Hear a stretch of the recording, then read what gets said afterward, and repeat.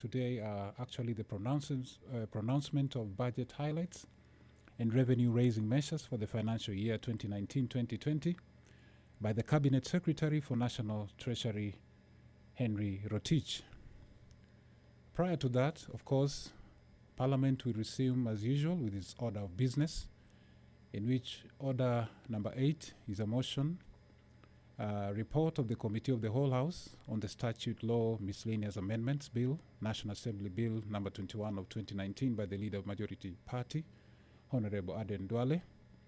Indeed, it is just for the question to be put, and therefore it proceeds to the third reading. But then afterwards, the highlight of the day will be, of course, what most Kenyans are waiting for, and that is reading of the budget highlights by the National Treasury CS Henry Rotich. Indeed, the key highlights of the budget are: it is estimated at 3.02 trillion, and the main expenditure highlights are the national government, of course, will spend 1.8 trillion shillings. Parliament will be spending 43.78 billion shillings. Judiciary will spend 18.88 billion shillings. County allocation, of course, will be 371.6 billion shillings. The Equalization Fund will be 5.8 billion shillings. And Consolidated Fund Services will be 8.058 billion shillings. Indeed, according to the program, is that the Leader of the Majority Party, the Chairperson of the Budget and Appropriations Committee, and the Clerk of the National Assembly will receive the Cabinet Secretary for National Treasury at Parliament Buildings at approximately 2:40 p.m. At 2:45 p.m., the Cabinet Secretary for National Treasury will be escorted to the Consultation Room, National Assembly Chambers by the Clerk of the National Assembly. Thereafter, the Cabinet Secretary will be again escorted to the Treasury bench by the Chairperson, Budget and Appropriations Committee, Honorable Kimani Ichung'wah.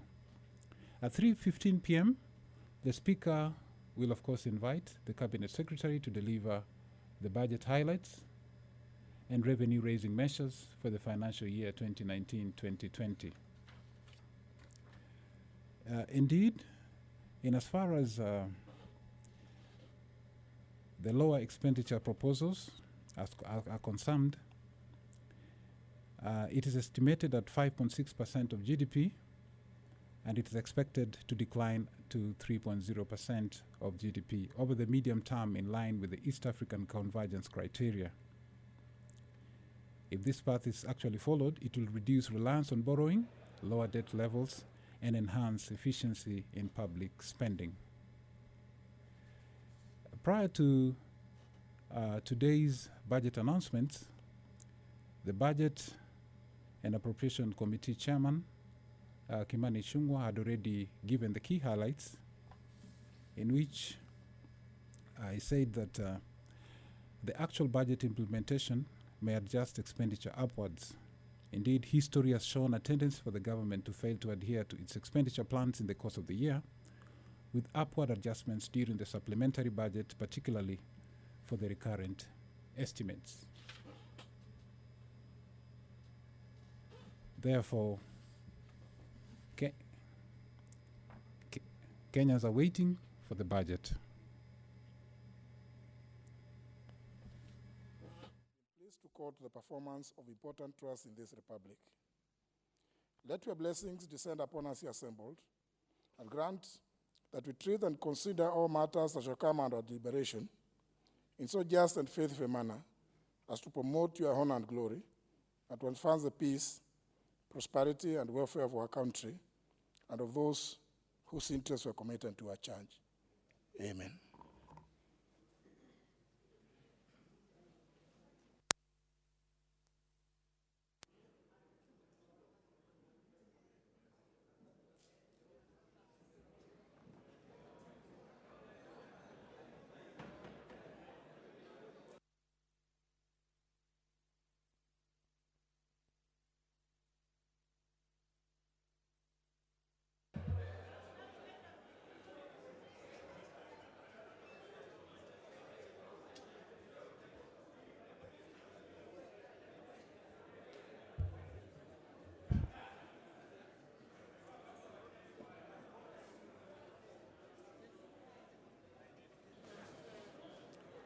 Order number 1, administration of oath.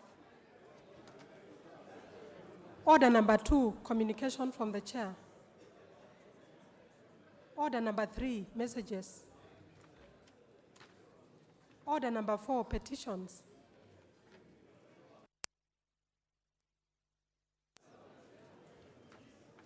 Order number 6, notices of motion. Order number 7, questions and statements.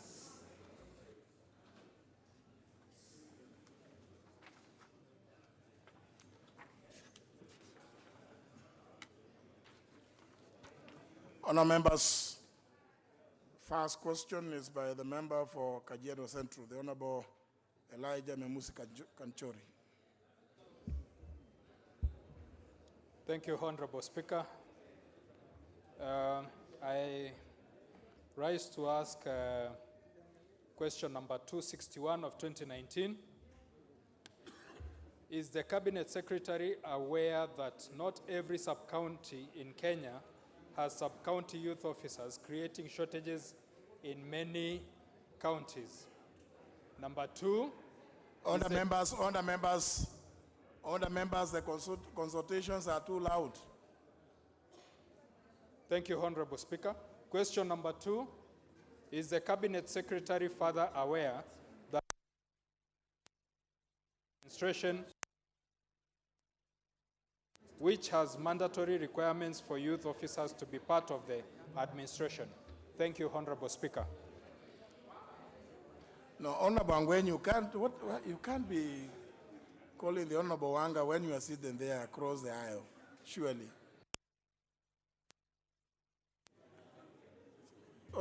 You see, Honour members, it's only fair that we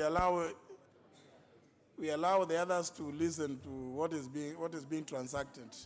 That question will be responded to before the Committee on Labour and Social Welfare.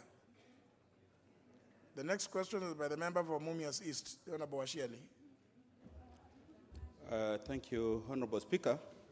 Honourable Speaker, I rise to ask question number 263 to the Cabinet Secretary for Industry, Trade and Cooperatives. Roman 1, is the Cabinet Secretary aware that shoppers and staff of various malls and supermarkets across the country pay parking fees whenever they patronize such facilities? Roman 2, could the Cabinet Secretary state the mandatory essential amenities and facilities that developers and owners of malls, shopping arcades, and other buildings or spaces must provide to shoppers whenever they use the malls, supermarkets, or shopping arcades? Roman 3, could the ministry consider exempting customers and staff of various malls and supermarkets from paying parking fees when they patronize malls, shopping arcades, and other similar buildings or spaces? I thank you, Honourable Speaker. Very well, a question to be responded to before the Departmental Committee on Trade, Industry and Cooperatives. Next question by the member for Lugari, Honourable Savula.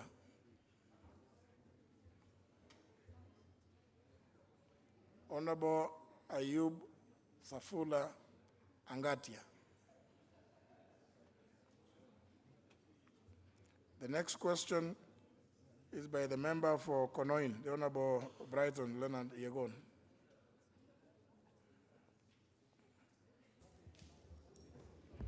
Thank you very much, Mr. Speaker. My question number 266/2019. And my question reads, is the Cabinet Secretary aware that the effects of the 2007-2008 post-election violence have yet to be addressed, in particular for public officers who are serving in Konoin constituency?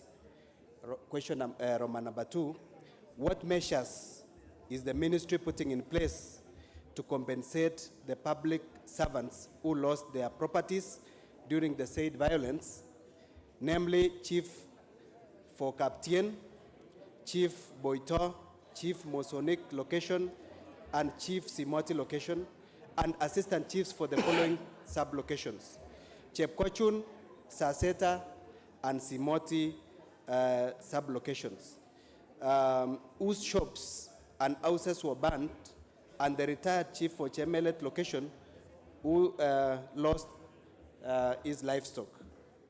Thank you very much, Mr. Speaker. Well, the question is shown to be responded to by the Cabinet Secretary before the Departmental Committee on Administration and National Security.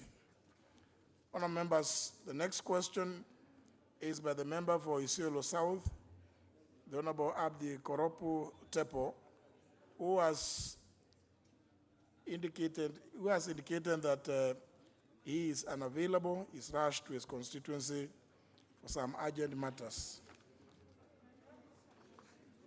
And therefore the question is deferred to next week, or such other time as the member may suggest, next week, in the course of next week or the week after.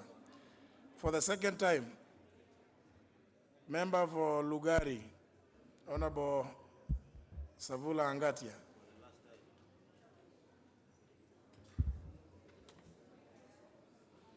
Thank you, Mr. Speaker. I was feeling unwell. I was in hospital. I just arrived. Sorry for that. I rise to ask question number 265 of 2019. Is the Cabinet Secretary aware that on 2nd January 2019, one Michael Kulundu, Managing Director of Zoya Sugar Company, was abducted by unknown persons at Salmon Restaurant located along the Kandui-Sikata Highway and later succumbed to his injuries on 3rd March 2019. Could the Cabinet Secretary for Interior and Coordination of National Government give a progress report from investigating agencies on the circumstances that led to the death of the late Michael Kulundu? State what action the police have taken to apprehend and prosecute the suspect. Thank you, Mr. Speaker. Well, again, Cabinet Secretary to appear before the Committee on Administration and National Security to respond to that question. Honourable members, that concludes the issue of questions. I can see a member who has an intervention. The member for Lamu, Honourable Mohammed Obo.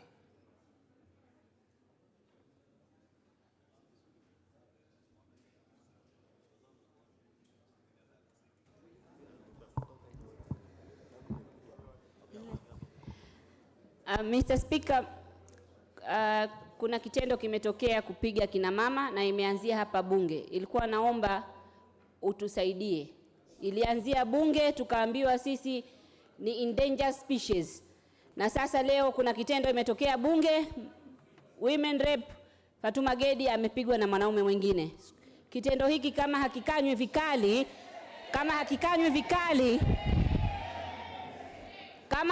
vikali, wengine sisi tutapigwa. Order members.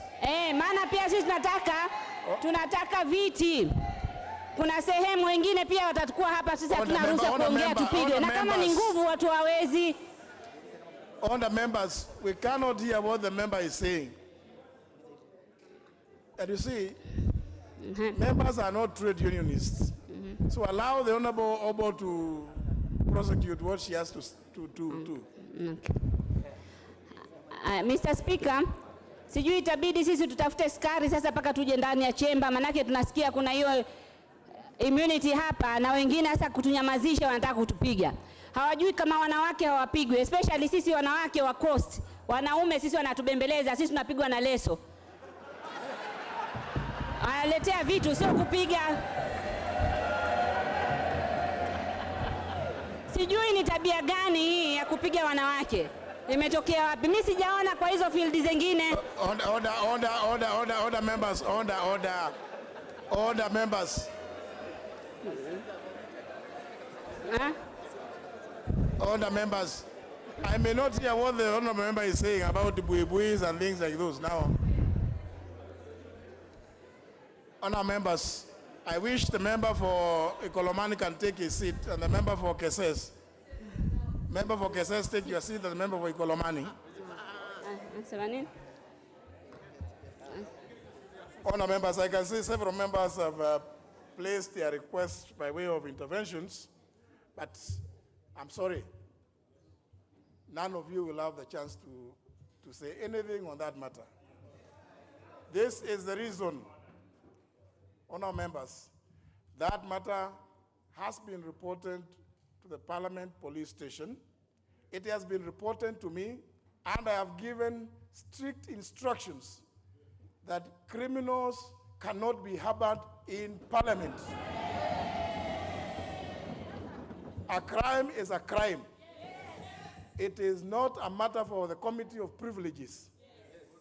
So that matter, Honorable Obo, I have directed that the police must go to whatever extent to investigate, and if necessary, no, Honorable Barire, you know you are unlikely to take over from what I'm saying. It must be procedural. The police to investigate, and if necessary, arrest and charge before court whoever is found to be culpable. It is not a matter of privilege. It has been ruled before by previous speakers that Parliament cannot be a sanctuary for criminals. And therefore, anything about a member who, even if you disagree with what another member is saying, it must just remain that, a disagreement. It cannot be the reason or the excuse to engage in criminal activities. And therefore, those are my directions to the police. They must deal with the matter very, very firmly.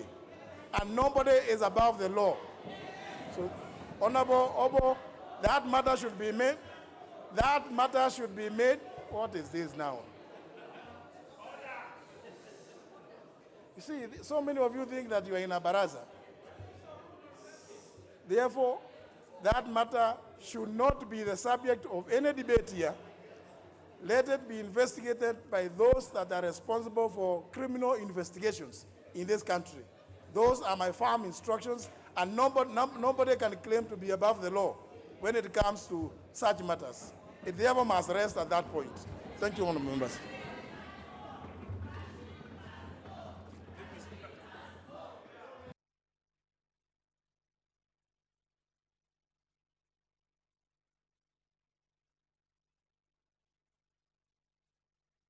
Honour members, honour members, honour members, honour members.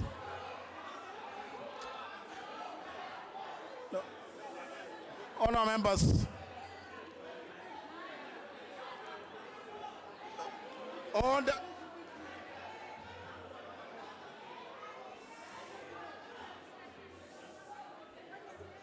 Honour members, honour members, honour members. That matter rests there, and there must be no further discussion. Yeah, let us rest there. We move to the next test.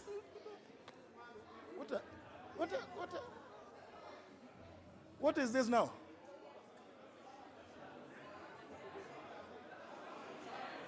What is it about?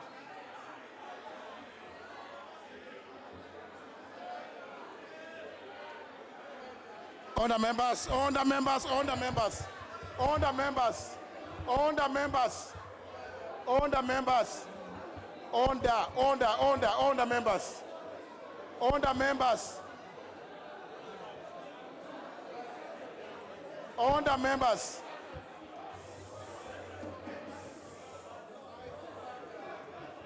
Honour members, those of you, order. The members, there must be decorum. Whatever point you wanted to make has been made.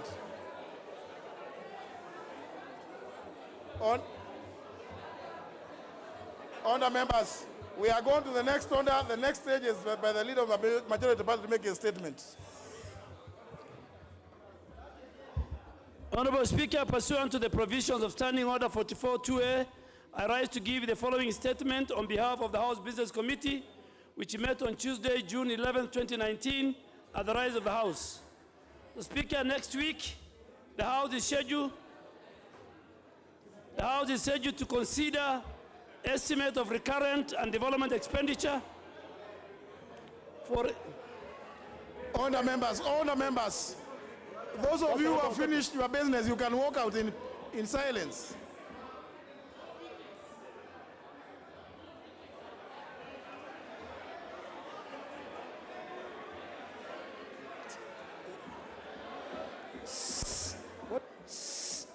Wacha waende bwana.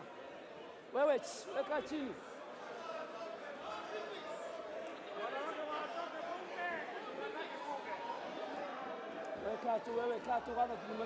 Honour members,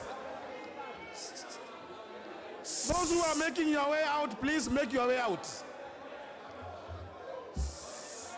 Honourable Adwar.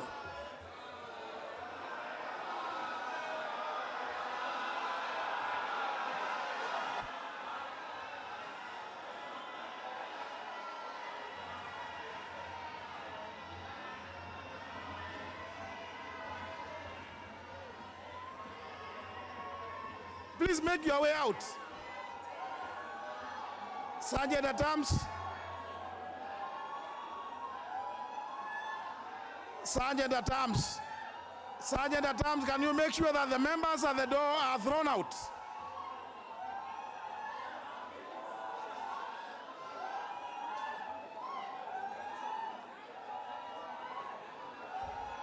Sergeant at Arms, can you make sure that the members at the door make their way out in peace?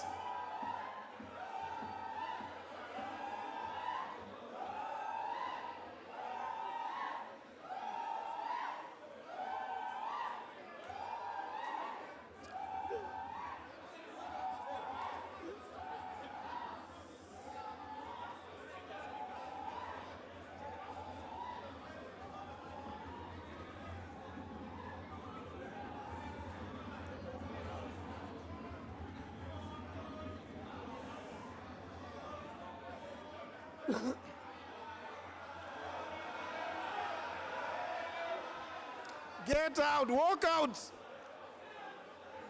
Walk out.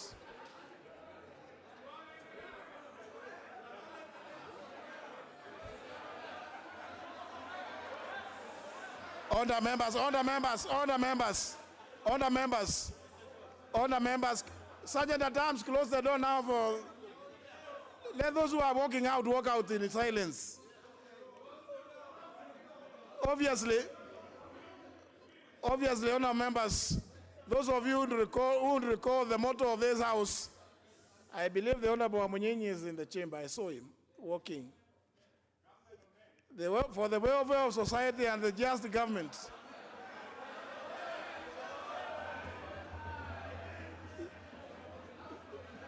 So let us proceed with the business. Thank you, Mr. Speaker. Let us proceed with the business, honour members. Thank you, Mr. Speaker. Next week, the House is scheduled to consider estimates of recurrent and development expenditure for the respective votes and programs for the national government for the year ending 30th June 2020 in Committee of Supply. This process, Mr. Speaker, is expected to go on for a maximum of 6 days. We also hope to consider the second reading of the National Regulatory Bill 2018, the second amendment to the Public, Private and Partnership Amendment Bill, National Assembly Bill number 52, if the budget matters are considered then. Mr. Speaker, in accordance with the provision of Standing Order 42A, subsection 5 and 6, I wish to convey that the Cabinet Secretary for Education and Research will appear before the Committee on Education and Research on Tuesday, June 18, 2019, to answer the following questions. Question number 133 by Honorable Moses Kuria, MP. Question 137 by Honorable Petrus Nkatha, MP. Question number 151 by Honorable William Kisang, MP. Question number 154 by Honorable Joshua Kimilu, MP. Question number 156 by Honorable Andrew Madime, MP. Question number 148 by Honorable Godfrey Omuse, MP. Question number 149 by Honorable Moses Malulu Injendi, MP. Question number 233 by Honorable Bishop Kawira Mwangaza, MP. Question number 236 by Honorable Simon Nganga Kingara, MP. Mr. Speaker, the Cabinet Secretary for Interior and Coordination of National Government will appear before the Departmental Committee on Administration and National Security on Tuesday, June 18th, to answer the following questions. Question number 116 by Honorable Mother Wangari. I saw her leaving. Question number 117, Honorable Yusuf Hassan, MP. Question number 118 by Honorable David Sankok. Question number 124 by Honorable Joseph Onyula. Question number 138 by Honorable Teddy Mwambire. Question number 143 by Honorable Wafula Wamunyinyi. Question number 155 by Honorable Joshua Kimilu. Question number 175 by Honorable Sakwe Bunyasi. Question number 178 by Honorable Esther Pasaris. Question number 180 by Honorable Kathuri Murungi. Question number 183 by Honorable Vincent Mogaka. Question number 208 by John Oro Yuko. And Mr. Speaker, there are some of the questions. Some of the questions, if members will not be available, we have asked the ministers to bring us written answer so that members can interrogate the written answer.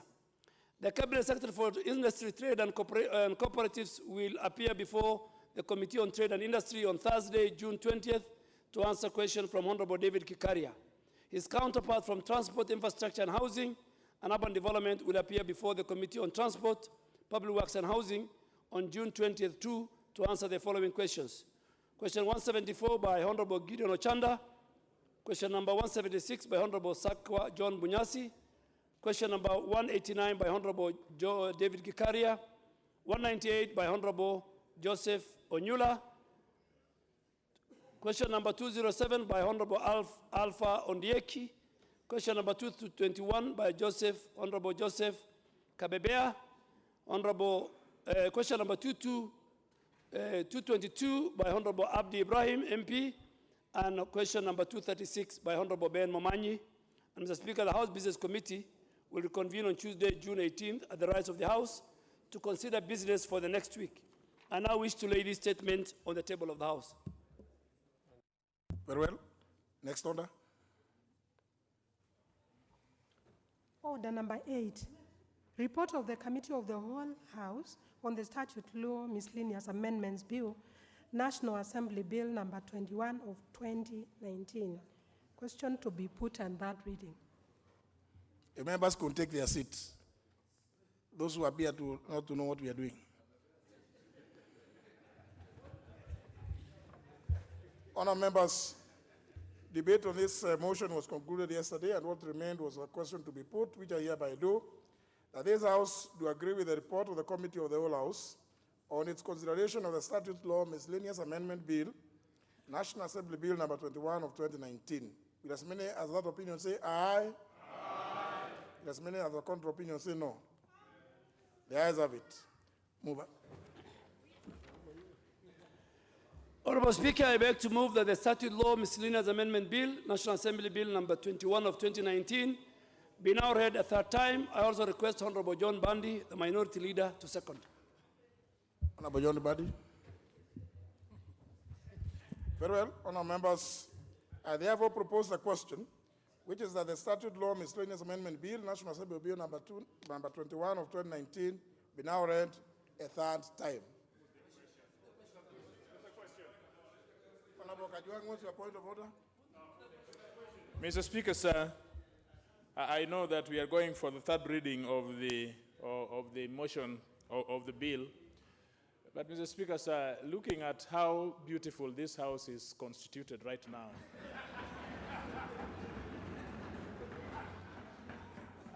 and seeing how representatives are drawn from all walks of life in this nation, but in mind also with the Constitution of Kenya.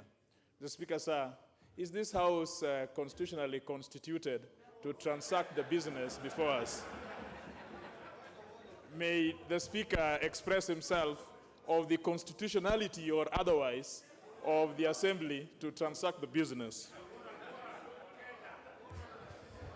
Honourable members, of course, the Constitution of the House, how it is constituted, is to be derived from the oath, the list of members who took oath on the 31st of August, 2017. Thereafter, the Speaker has no way of compelling any member who desires from time to time to go to the streets or remain in the village. So attendance, this is purely attendance, and that is it's optional on the member, subject only to obeying Article 103 of the Constitution, so that they don't, if those who decide not to attend regularly could fall of Article 103 in terms of the number of attendances in the House. But as of now, I think the House is properly constituted. And for that reason that I was trying to remind ourselves about just a minute. This is totally out of order by the oldest member of the House. Because the member who is just violating the rules knows about the former motto of the House, that it was for the welfare of society and the just government. So there we are. There we are. Honourable members, I see as if it's the desire of the House that I put the question, which is that the Statute Law Miscellaneous Amendment Bill, National Assembly Bill number 21 of 2019, be now read a third time. Will as many as of that opinion say aye? Aye. Will as many as of the contrary opinion say no? The ayes have it. A bill for an act of Parliament to make various amendments to the statute law. Next order. Order number 9, procedural motion, reduction of publication period for a specified bill. Leader Majority.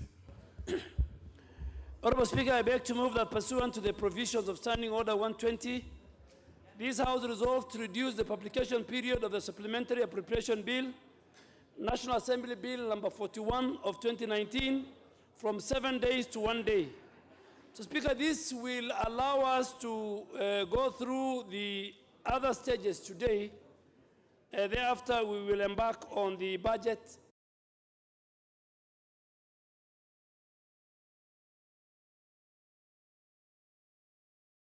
of the pending bills.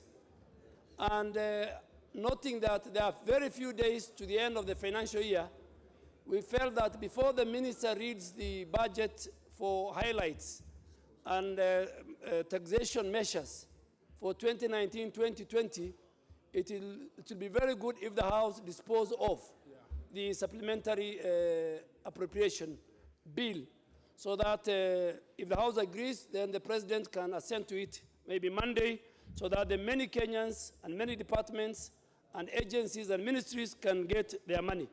I beg to move and ask Honorable Bandi to second. Honorable Bandi. Thank you. Thank you, Mr. Speaker. Mr. Speaker, I think the supplementary budget too for 2018-2019 was late in coming, and even we are late in concluding it. There are some amounts that have not even been spent as we speak. We need to conclude this matter quickly. But Mr. Speaker, you'll just allow me to say something in reaction to the 500 million that was meant for the Senate oversight. I saw sensational. I thought, John Band, we could do that when you're dealing with the bill itself. So that because this is the procedural motion, for reduction of the Mr. publication Speaker, now that period. I started saying it, so you just give me 30 seconds and I finish. I just wanted to dispute No, Bandi. Yeah. Because it is going to come. I'm sure you are going to have in your capacity. You are going to have. I was a not chance so to- sure that I will contribute to but anyway, I'll contribute then to the bill. Yes. Thank you, Mr. Speaker. I second. Well, other members, can you allow me, member from Budalangi, if you could allow me to transact this.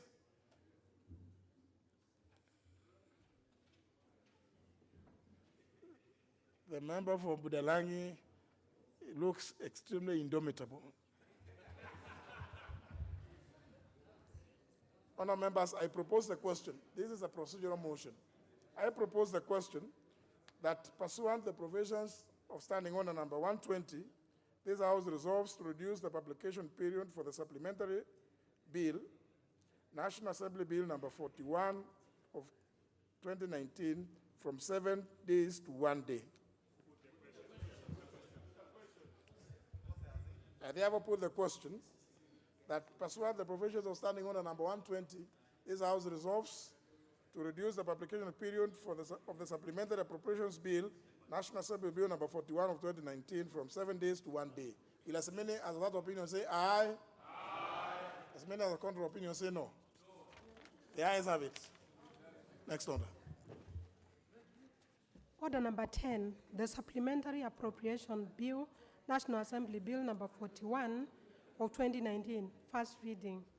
A bill for an act of Parliament to authorize the issue of certain sums of money out of the Consolidated Fund and the application towards the service of the year ending 30th June 2019, and to appropriate those sums for certain public services and purposes. Well, next order. Honourable members. Order number 11. Just a minute. Honourable members, for information, that this bill, standing orders allow the House to transact all the stages in one sitting. So you're doing it perfectly within the law. Proceed. Next order. Order number 11, the Supplementary Appropriation Bill, National Assembly Bill number 41 of 2019, second reading. Chair, Budget and Appropriations Committee.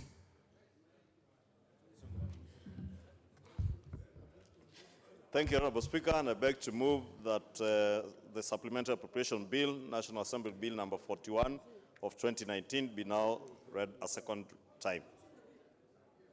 And request the Leader of Majority to second. Leader of Majority. The Speaker, as I second the second reading of the Supplementary Appropriation Bill, and as I said earlier, is that this is the second supplementary. And the House has already passed it in its report. What we are now dealing with is the appropriation bill, supplementary appropriation. And the Speaker, I want to confirm that, for the first time, SRC sent an amendment that I carry on their behalf.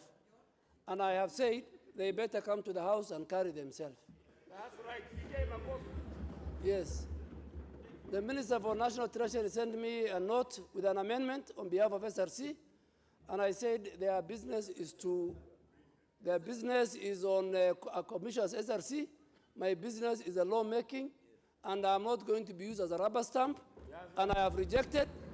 So we only just carry the other amendments, and thank you very much. My sisters, come back. Come back. Thank you very much. So, Mr. Speaker, I beg to second. Order, members, order. Now, if you can take your seats quickly now.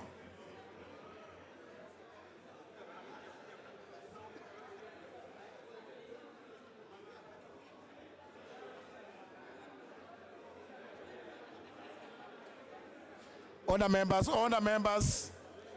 Order, members.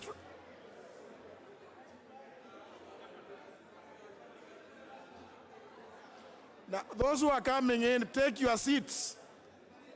We are not all going to operate as if we are in the bush.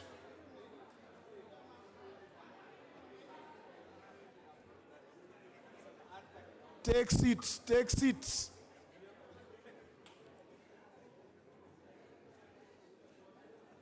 Take seats, members. Forget about shaking hands. Member for Bomet, stop shaking hands. Take a seat.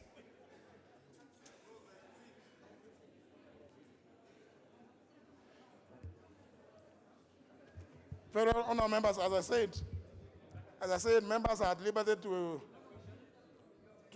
this is a house that represents the people of the constituencies and other special interests.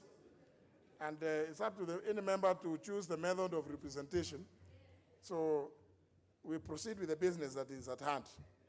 And I therefore propose the question, which is that the Supplementary Appropriations Bill, National Assembly Bill number 41 of 2019, be now read a second time. Honorable John Bandi. To say. Thank you, Mr. Speaker. Mr. Speaker, I know members want the question put, but even as my colleagues, and I'm grateful my colleagues have come back so that we participate together in this legislation.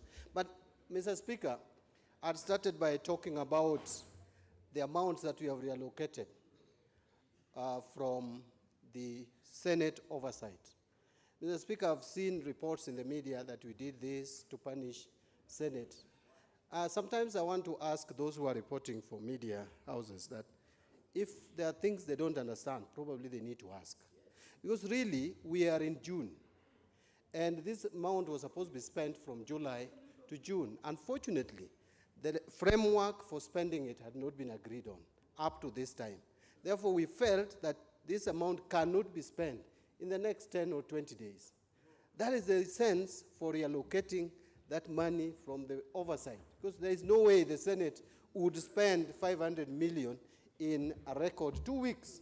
It has nothing to do with punishing Senate or anything. So, Mr. Speaker, I was just asking whoever made that report that sometimes they need to consult and ask whether there are no regulations for spending that money. Although I hear my colleagues are saying loudly that the money should be parliamentary oversight and not Senate oversight. Maybe that is something to think about as we go forward. Thank you. I support.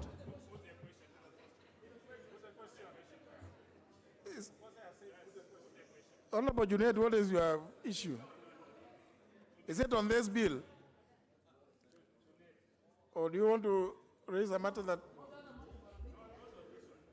Yeah, you want to contribute to this? No, Mr. Speaker, I just want to put your attention that I support the bill. But Mr. Speaker, I have not put my eyes on the bill, Mr. Speaker. Looks like, Mr. Speaker, looks like it came at night, the bill, when we are away, Mr. Speaker. But, honour members, is it the desire of the House that I put the question? Yes. Honour members, you know, as you know, I have no vote. So is it the desire of the House that I put the question? Yes. Very well, we'll test it. We'll test that. Honour members, I therefore put the question, which is that the Supplementary Appropriations Bill, National Assembly Bill number 41 of 2019, be now read a second time. Will as many as of that opinion say aye? Aye. Will as many as of the contrary opinion say no? The ayes have it, of course. The ayes have it. A bill for an act of parliament to authorize the issue of certain sums of money out of the consolidated fund and the application towards the service of the year ending 30th June 2019 and to appropriate those sums for certain public services and purposes. Next order. Order number 12, Committee of the Whole House.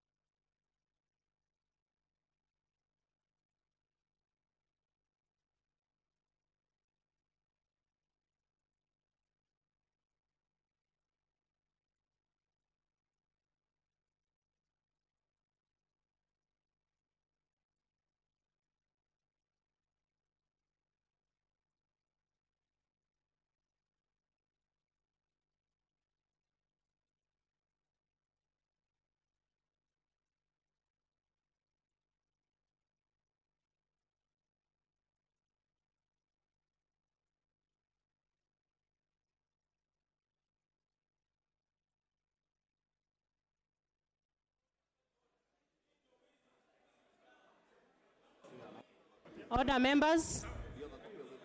Order. Order, members. Honorable members, we are in committee of the whole House to consider the Supplementary Appropriation Bill 2019, National Assembly Bill number 41 of 2019. Order, members. Order.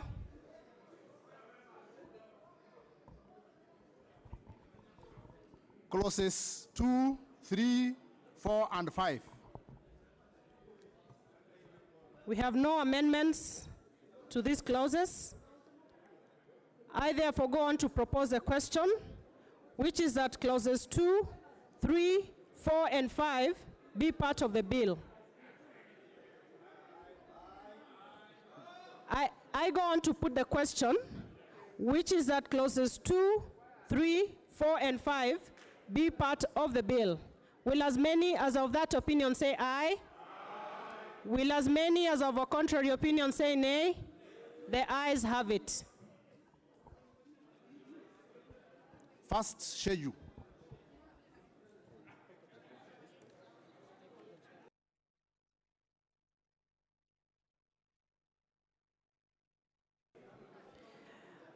Honorable members, I propose a question, which is that the first schedule be the schedule of the bill. We have an amendment by Honorable Ishungwa, Chair Budget.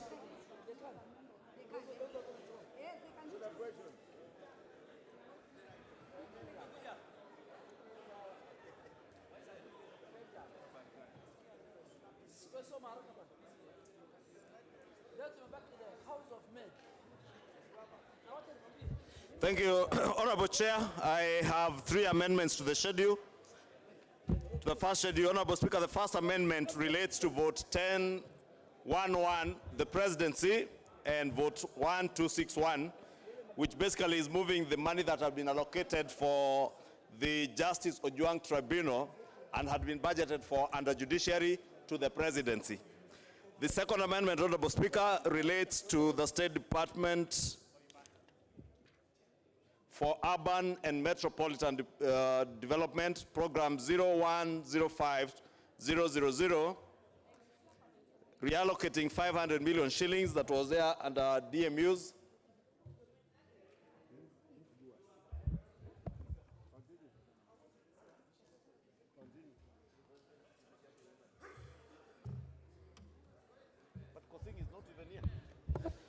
Sorry, Honorable Chair. I will skip that amendment to the next one under the State Department of Energy.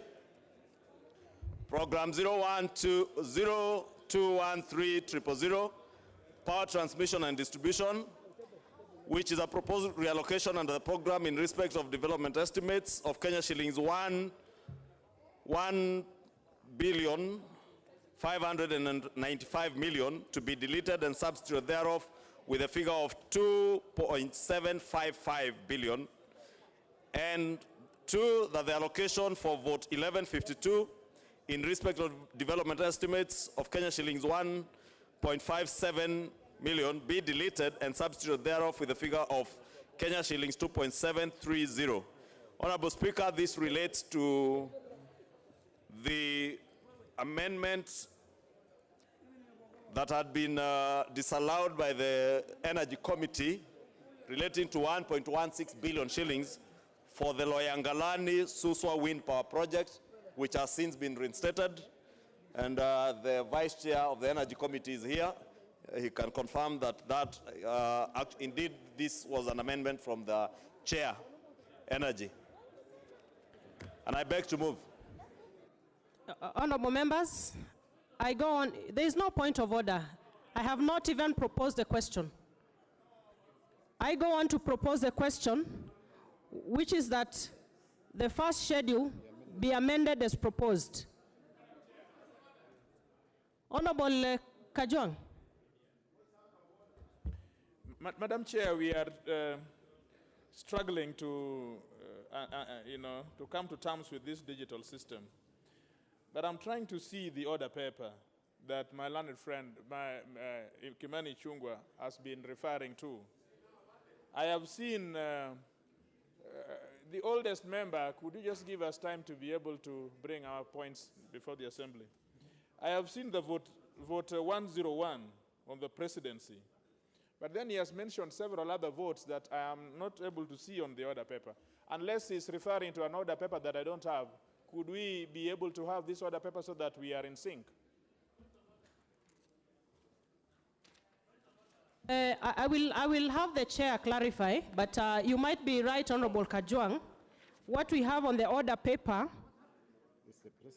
are the presidency and the judiciary votes. And there is one other chair. I don't know if you have ensured that members have copies of the amendment.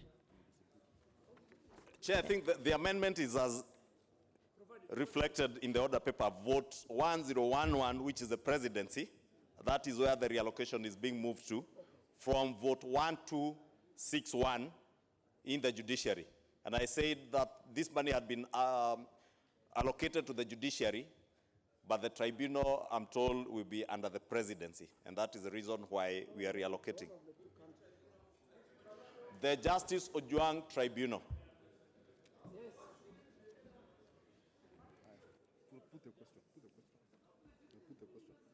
Honorable members, I proceed to put the question, which is that the first schedule be amended as proposed.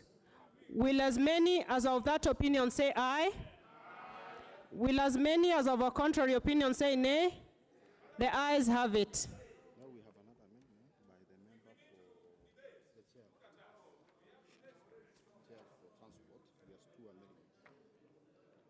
So can you call it? No.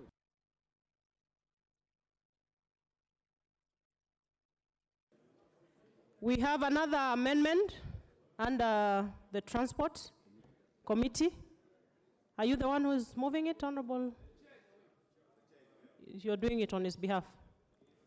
Go ahead. Honorable Chair, let me move this on behalf of the Chair, Departmental Committee on Transport, Public Works and Housing. And the amendments to the first schedule relates to vote D1094, State Department for Housing and Urban Development, Program 1010500, Urban and Metropolitan Development, that the proposed allocation under the program in respect of development estimates of Kenya shillings 5,702,565,579 shillings be deleted and substituted thereof with a figure of Kenya shillings 5,448,274,988 Kenya shillings, and program 010200 Housing Development and Human Settlement, that the proposed allocation of the program in respect of development estimates of Kenya shillings 5,582,527 be deleted and substituted thereof with a figure of Kenya shillings 240,126,882.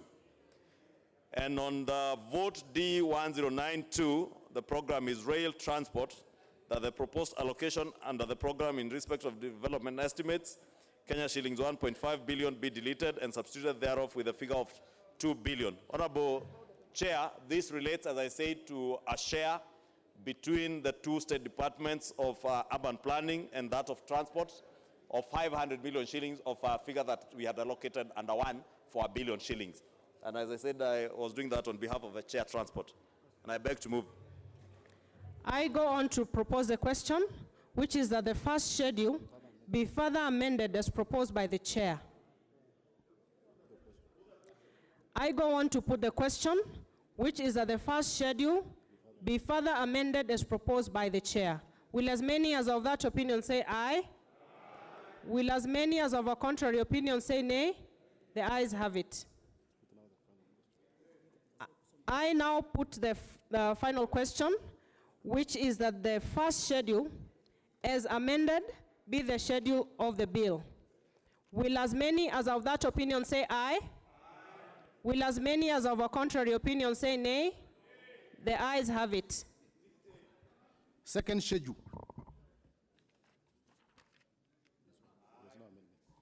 We have no amendment on the second schedule.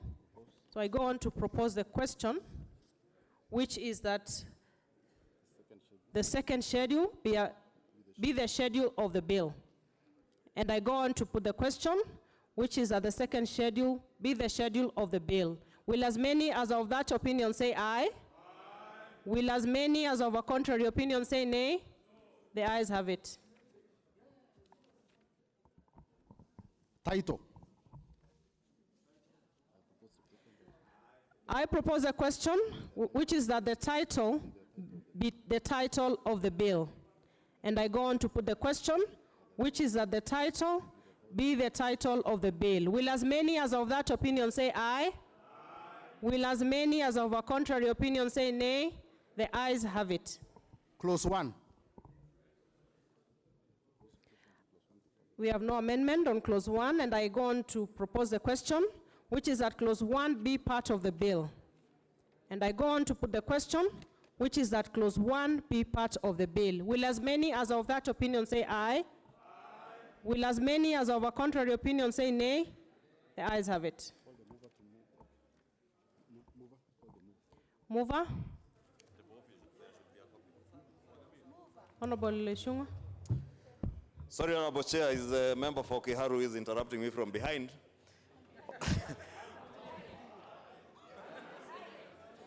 I said interrupting me from behind me.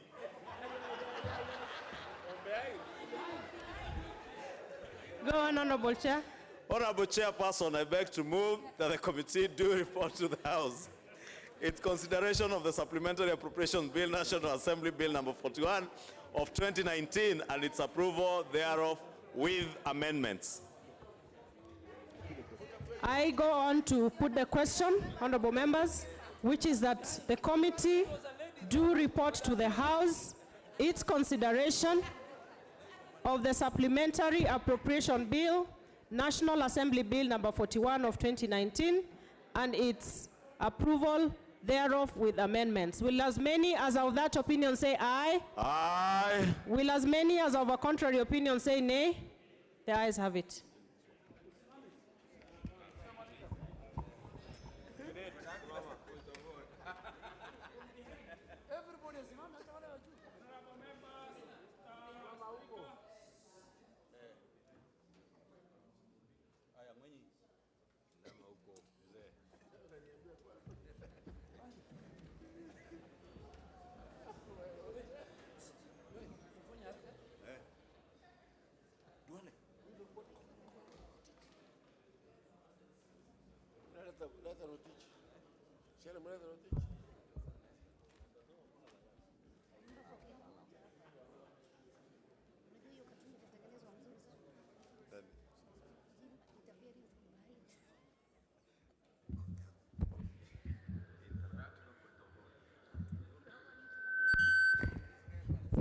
Proceed.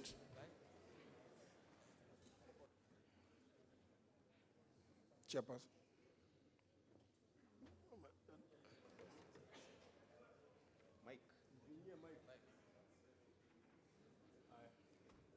Honorable Speaker, I beg to move that the House do agree with the committee in the said report.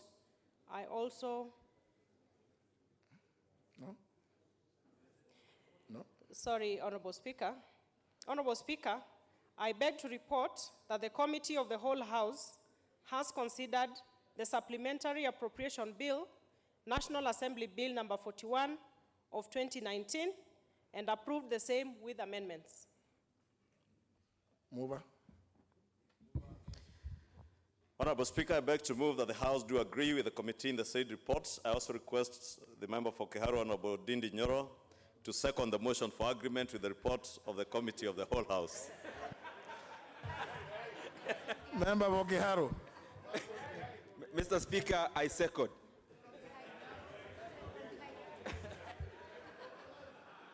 Honourable members, I propose the question, which is that the House do agree with the committee in the said reports.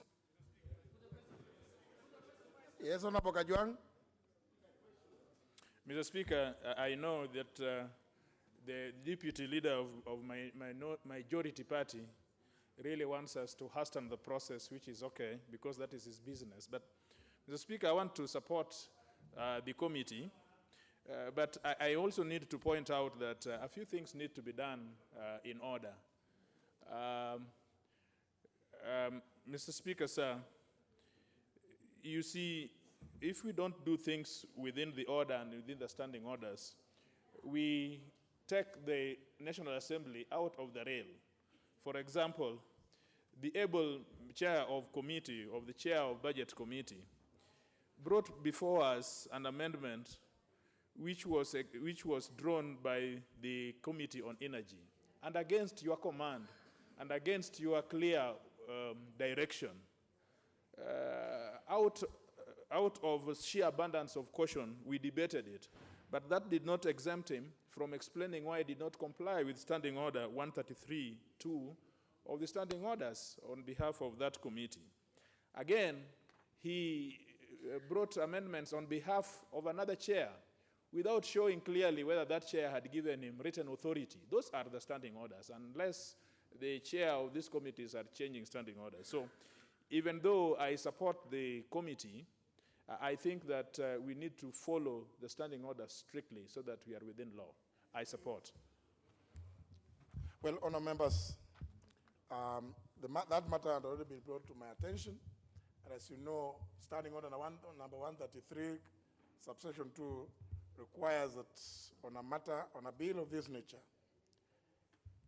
if any other member other than the mover is to propose an amendment, that proposal must be submitted to the Speaker not less than 24 hours before the motion comes to the House. And therefore, I did advise that if indeed the chair of Energy Committee and the chair of Transports needed to move, they needed to get the concurrence of the chair of the Budget and Appropriations Committee, who is the mover of this bill. Indeed, my advice is, I can see my handwriting, which I can read very clearly. So and that's why, as I was watching, I knew that those two, the chair of Energy and the chair of Transports, were quite aware that they could not possibly move these amendments, in as much as they may have been clear, unless they went through the chair of the Budget and Appropriations Committee. So, having been moved by the mover of the motion, then the House has complied with its own rules, 133, subsection 2. And therefore, honourable members, if it is the desire of the House, I will put the question, which is that the House do agree with the committee in the said report. Will as many as that opinion say aye? Aye. Will as many as the contrary opinion say no? The ayes have it. Mover. Honourable Commissioner, just a minute. Honourable Member for Keses, what is your point of order? But please also, just use your card. Don't raise hands. You know you are. Use the next mic. Yes, proceed now. Yes, Speaker, sir, thank you very much to allow me to give this chance. I want to ask this House and your, sir, Speaker, sir, the rule of Parliament, it should be followed respectfully by our invited guests, yes or no? Because I'm seeing some international guest is on the phone when we are discussing Parliament. Number one. Number two, he doesn't care to stand when we are all standing. Thank you, sir.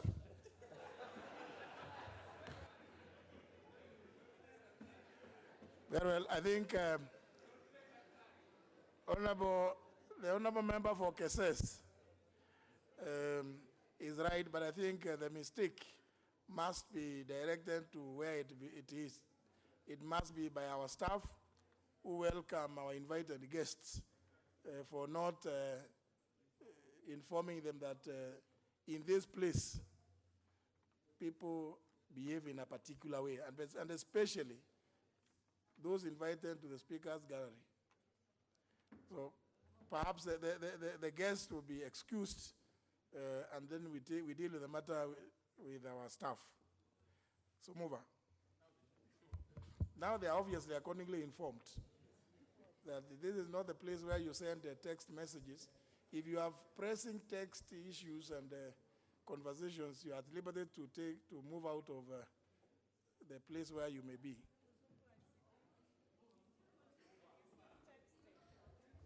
Honorable Speaker, I beg to move that the Supplementary Appropriation Bill, National Assembly Bill number 41 of 2019, be now read a third time. I also request Honorable Kioni to second. Mr. Speaker, sir, I second.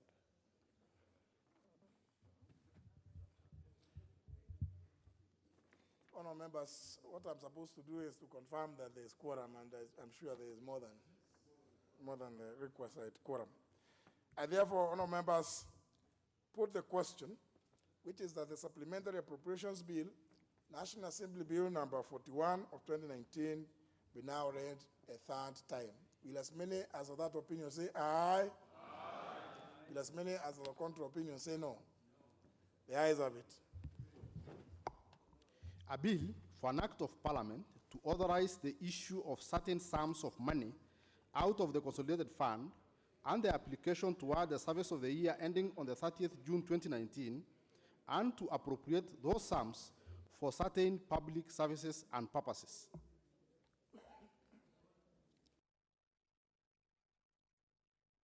Honorable Junet, what is your point of order? You appear to have to be abandoning with a point of order. Mr. Speaker, sir, I rise on a point of order pursuant to Standing Order 83. Mr. Speaker, today is indeed a very important day for this nation and for the entire East Africa as we congregate here to listen to the National Budget 2019 key highlights as presented by the Cabinet Secretary for National Treasury. Mr. Speaker, in this regard, I rise to inquire and allow me to ask, is this House properly constituted this afternoon, Mr. Speaker? How come the Senate is not part of this sitting, Mr. Speaker? And how come the senators are not with us? Can this House proceed to hear the 2019 budget key highlights, Mr. Speaker, without the presence of our Senate colleagues, Mr. Speaker? Mr. Speaker, this is a very important constitutional matter, Mr. Speaker, that you need to address, Mr. Speaker, to us. Mr. Speaker, under the new Constitution of 2010, we have two houses, the National Assembly and the Senate. And I have information, Mr. Speaker, that they are sitting, ordinary sitting today, Mr. Speaker, when we are reading the budget. So, Mr. Speaker, we want clarity, whether they have any role in the budget-making process or not, Mr. Speaker. Mr. Speaker, I need to clear with you on that matter before the Treasury Cabinet Secretary comes to address the budget estimate, on the budget estimate, Mr. Speaker. Thank you, Mr. Speaker.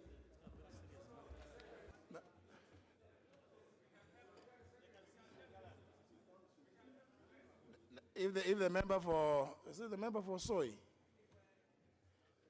The member for Soy, if you, I'm sure I can see you want to really talk to the member for KO South, is it?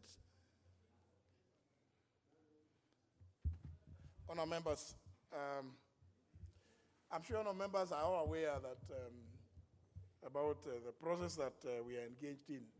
And more specifically, and I think I just need to read through to you, Honourable Junet, the provisions of Article 221 of the Constitution.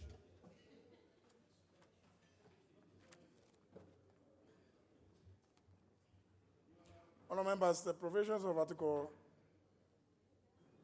221 is on budget estimates and annual appropriations bill, which provides that at least 2 months before the end of each financial year, the Cabinet Secretary responsible for finance shall submit to the National Assembly. And I think, you see, honourable members, your own Article 93 is also very clear. There is established a Parliament of Kenya which shall consist of the National Assembly and the Senate. That is the Parliament. So in this one, the Constitution is very clear. Before the National Assembly, estimates of the revenue and expenditure of the national government for the next financial year to be tabled in the National Assembly. The National Assembly shall consider the estimates again submitted under Clause 1, together with the estimates submitted by the Parliamentary Service Commission and the Chief Registrar of the Judiciary under Articles 127 and 173, respectively. And before the National Assembly considers the estimates of revenue and expenditure, a committee of the Assembly, which is the Budget and Appropriations Committee, shall discuss and review the estimates and make the recommendations to the Assembly. That process was concluded, honourable members, yesterday, which was the third allotted day. And therefore today, the Cabinet Secretary is required only to appear before the National Assembly. And therefore this Assembly, the House, is properly constituted. Any other person or any other member of Parliament who is not a member of the National Assembly can only attend as a guest. Can only attend as a guest, but not to participate in the chamber, because this is not a joint sitting of the two houses. So this is very clear. And therefore, Honorable Junet, we are well within the Constitution and the law, within the provisions of the Public Finance Management Act also, to proceed in the manner that it is proposed to proceed this afternoon. I think that matter should rest there, honourable members. So that we don't require, other than people who wish to attend as guests, and even guests must be invited through cards with the permission of the Speaker. It is not a matter of right. There is no right. So even those other guests, when they complete what they are doing, if they want, they can apply, and we might consider the application and allow them to come and participate in this one also, just like they participate in other processes. And therefore, let's proceed, honourable members.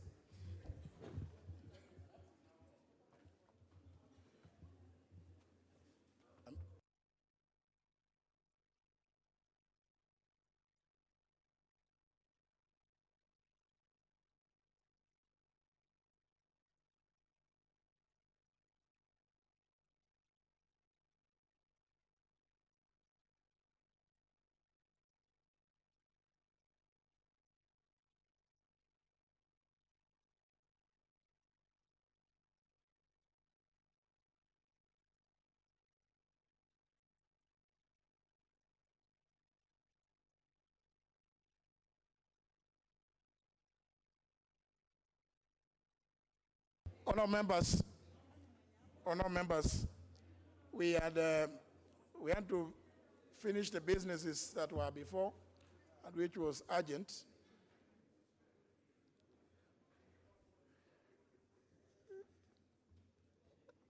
And I therefore wish to make the following communication.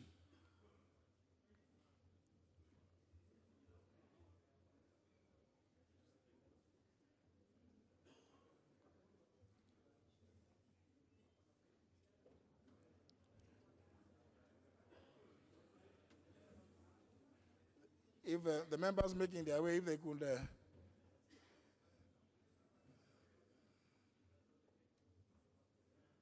that member doesn't appear to have proper eyesight, was it?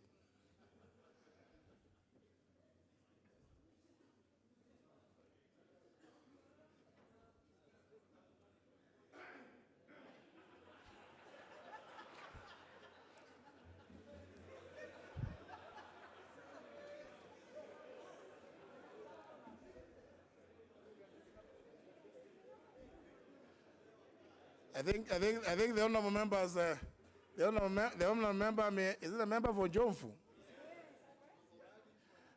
The member for Jomfu seems to have assumed that he was about to attend a meeting in his constituency, and therefore alert his constituents that he has arrived. Honourable members, as you are aware, yesterday, Wednesday, June 12, 2019, this House passed the report of the Budget and Appropriations Committee on the budget estimates for the national government for the year 2019-2020 financial year. This process will be finalized once the House concludes the Committee of Supply which will allocate funds to various votes and programs for the respective three arms of the national government. As part of the process, a public pronouncement of the policy highlights contained in the budget, along with the proposed ways and means of supporting it, ought to be made by the Cabinet Secretary for the National Treasury. Honorable members, now therefore, pursuant to the provisions of Section 40 of the Public Finance Management Act of 2012 and Standing Orders 25A and 244C of the National Assembly Standing Orders, I will now interrupt the business of the House to allow the Cabinet Secretary for the National Treasury, Mr. Henry K. Rotich, EGH, to make a public pronouncement of the budget policy highlights and revenue-raising measures for the national government for the financial year 2019-2020 and the medium term. Honourable members, in accordance with the standing orders, I've also designated a suitable place in the chamber for that purpose to the right of the Speaker's seat and adjacent to public servants' benches to enable the Cabinet Secretary for the National Treasury discharge his obligation in compliance with the provisions of Section 40, subsection 1 of the Public Finance Management Act 2012. The Cabinet Secretary is therefore invited and may proceed to make the pronouncements.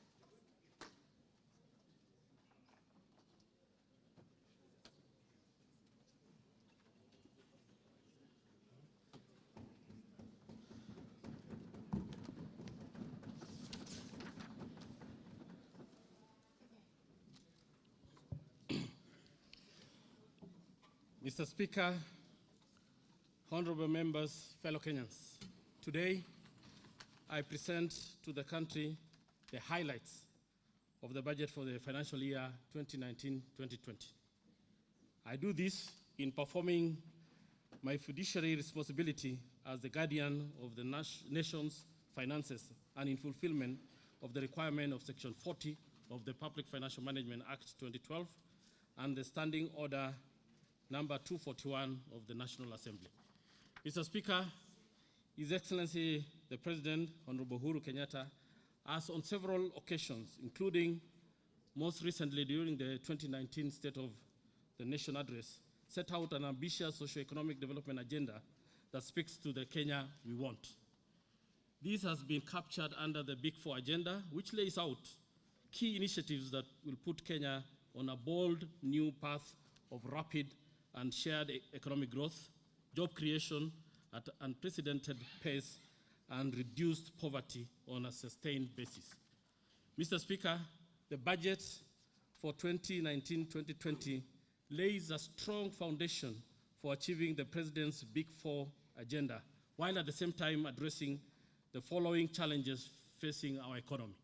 One, creating an enabling environment for businesses, and in particular for the micro, small, medium enterprises in order to accelerate the growth of our economy and create more jobs for our youth. Two, the need to be prudent and efficient in our spending. Three, the need to mobilize domestic resources to fund priority projects and programs. Four, the need to reduce our fiscal deficit in order to stabilize and reduce our debt. And five, the need to implement reforms that will enhance our efficiency and make us competitive. Before addressing these issues, allow me, Mr. Speaker, to say a few words on the recent economic developments and outlook. Mr. Speaker, our economy continues to be resilient in the midst of significant global and domestic headwinds. In 2018, our economy grew by 6.3%, up from 4.9% in the previous year. The growth is the highest to have been recorded for the past 8 years, and well above the sub-Saharan African regional average growth of 3% and global average of 3.6%, reinforcing the advantages of a diversified and reforming economy. This strong growth was attained despite the rising global trade friction among major trading partners, as well as uncertainties from Brexit and renewed geopolitical risks. Mr. Speaker, we project growth in 2019 to remain strong at around the same level as in 2018. While there are risks associated with delayed long rains, which may impact negatively on agriculture, we expect such risks to be offset by continued strong performance in non-agricultural activities such as tourism and construction. Over the medium term, we expect growth of over 7% as programmed activities under the Big Four agenda gain traction. Mr. Speaker, the risks to this outlook include an escalation of global trade relations tension, a rise in oil prices, and weather-related shocks. Should these risks materialize, Kenya's growth forecast could be constrained. However, the government will take appropriate measures to mitigate any negative impact on growth. Mr. Speaker, let me now turn to how we are going to address the challenges facing us. Mr. Speaker, the theme of this year's budget is creating jobs, transforming lives, harnessing the Big Four plan. This theme resonates with our strategies towards a stronger economy that will generate more employment opportunities and provide better livelihoods for Kenyans. In this budget, therefore, we are laying a firm foundation for accelerated growth and shared prosperity. Mr. Speaker, in order to achieve rapid and inclusive economic growth and expand job opportunities for the youth, we must continue to improve the business climate in order for our business sector to thrive. Therefore, we must continue to implement prudent fiscal and monetary policies in order to achieve the low rate of inflation, low but sustainable interest rate, and a competitive exchange rate. In addition, we will continue with our ambitious business reform initiative in order to reduce the cost of doing business and encourage private sector innovation and entrepreneurship. Our current ranking of 61 out of 180 countries in the World Bank Doing Business indicators is not only the best ranking we have had so far, but it's also an indication of our resolve to improve our business climate and become a top investment destination.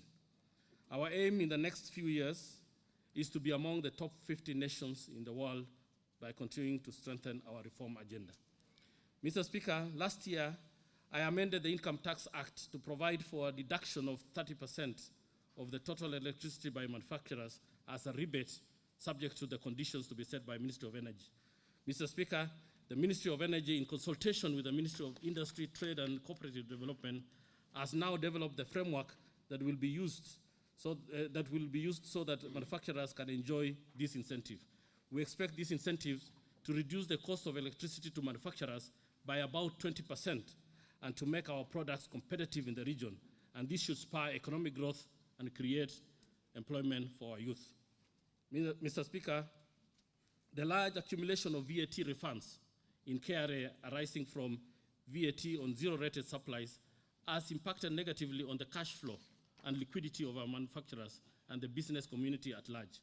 In order to fast-track the return of these funds to the rightful owners, I have constituted a team at the National Treasury to quickly validate the outstanding refunds with a view to clear them within the next 2 months. Mr. Speaker, in addition, there has been a large accumulation of VAT refunds at KRA, which emanates from the 6% VAT withholding tax. We are currently working on the modalities for settling this obligation, and I intend to engage the business community immediately in order to come up with a workable solution. Going forward, we intend to lower the VAT withholding tax to a level that will eliminate the need for KRA to make refunds. I'll be making proposals to lower the VAT withholding rate under the tax proposal letter in this statement. Mr. Speaker, on the pending bills, we have reviewed existing pending bills as directed by His Excellency the President during this year's Madaraka Day celebrations. In addition to the payments we have made so far, we have prioritized 10.9 billion Kenya shillings of the verified pending bills, which will be paid before the end of this month. This should eliminate most pending bills owed to the youth, women, and persons living with disability under the access to the government procurement opportunity. The clearance of this backlog should improve liquidity to our suppliers and contractors and thereby boost our economy. Mr. Speaker, our micro, small, and medium enterprises plays a critical role in wealth and employment creation. We have listened carefully to their concerns, which include limited access to credit, entrepreneurial skills and markets, as well as cumbersome regulatory and working environment. Mr. Speaker, to facilitate faster clearance of cargo, His Excellency the President in May 2019 directed the Ministry of Interior and Coordination in collaboration with other government agencies to ensure all imports and export consolidators undergo strict vetting, registration, and gazettement before they are allowed to operate at all the ports of entry and clearance. This will reduce delays in cargo clearance into the country for most small cargo importers operating under the consolidators, reduce tax evasion, curb illegal importation of contraband and counterfeit goods, and reduce delay in cargo clearance into the country. Mr. Speaker, the government has been supporting medium, small, and micro, small, and medium enterprises through various affirmative action funds, including the WESO Fund, Youth Enterprise Development Fund, and Women Enterprise Development Fund. To increase efficiency and eliminate overlaps, I have consolidated the three funds into one to be known as Biashara Kenya Fund. The fund will give special priority to businesses owned by youth, women, and people living in disabilities.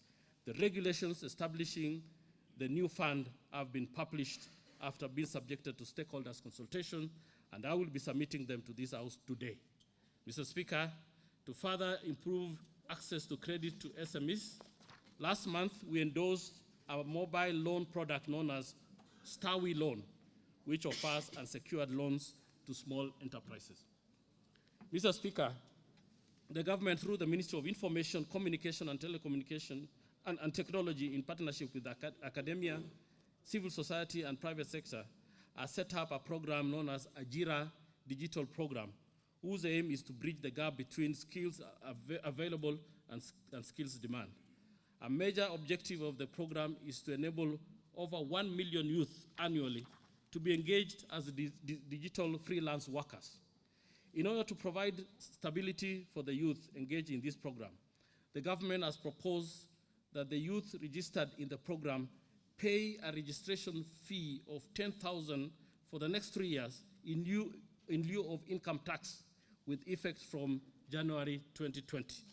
In this regard, Mr. Speaker, I propose to amend the income tax in order to exempt registered members from the regular taxation for a specified period.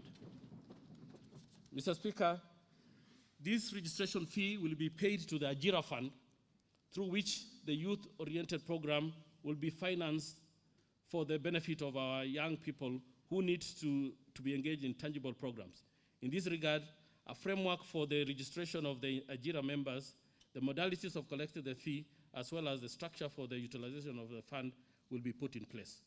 Mr. Speaker, this fund that will promote growth of local businesses that generate digital and digitally enabled jobs. In this respect, I have set aside 1 billion Kenya shillings as seed capital for the fund. I encourage the youth and women to take advantage of this funding window to establish and grow their business. Mr. Speaker, in order to take full advantage of the preference and reservations in the Procurement Act and to promote local industries through the Buy Kenya, Build Kenya initiative, we are in the process of developing a catalog of items that are locally manufactured, assembled, mined, or grown in Kenya, and which will be given priority in public procurement. Accordingly, no tax exemptions will be provided for any items on the catalogs. In this respect, Mr. Speaker, with effects from 1st July 2019, all ministries, departments, agencies, and other public entities are required to give exclusive preference in procurement of motor vehicles and motorcycles from farms that have assembly plants in Kenya. This will go a long way in inspiring the growth of local auxiliary industries and enterprise and create employment opportunities to the youth. Mr. Speaker, we have received numerous complaints relating to the late payment and even non-payment of suppliers by businesses and contractors who enjoy relatively superior bargaining position. The most affected are small and medium enterprises. To address this situation, Mr. Speaker, I have proposed amendments to the Competition Act to empower the Competition Authority to deal with abuse of buyer power and ensure prompt payment to suppliers. The proposed amendment shall also provide for penalties for infringement of these provisions.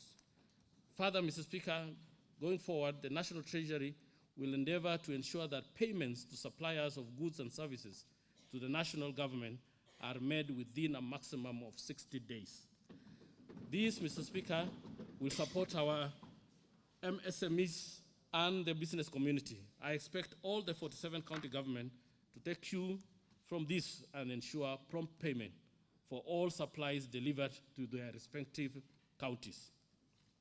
Mr. Speaker, government will streamline the process of pre-verification of conformity, PVOC, so that our business communities stop suffering demurrage charges and other costs while clearing their goods at the port of entry. This has been caused by additional inspection of imports by the Kenya Bureau of Standards and a host of other agencies. Mr. Speaker, to address this challenge, it has been decided that once the pre-verification of conformity has been done at the point of export and information related to our customs and standards teams, the same goods should not be subjected to further inspection unless there is a prior intelligence on non-compliance.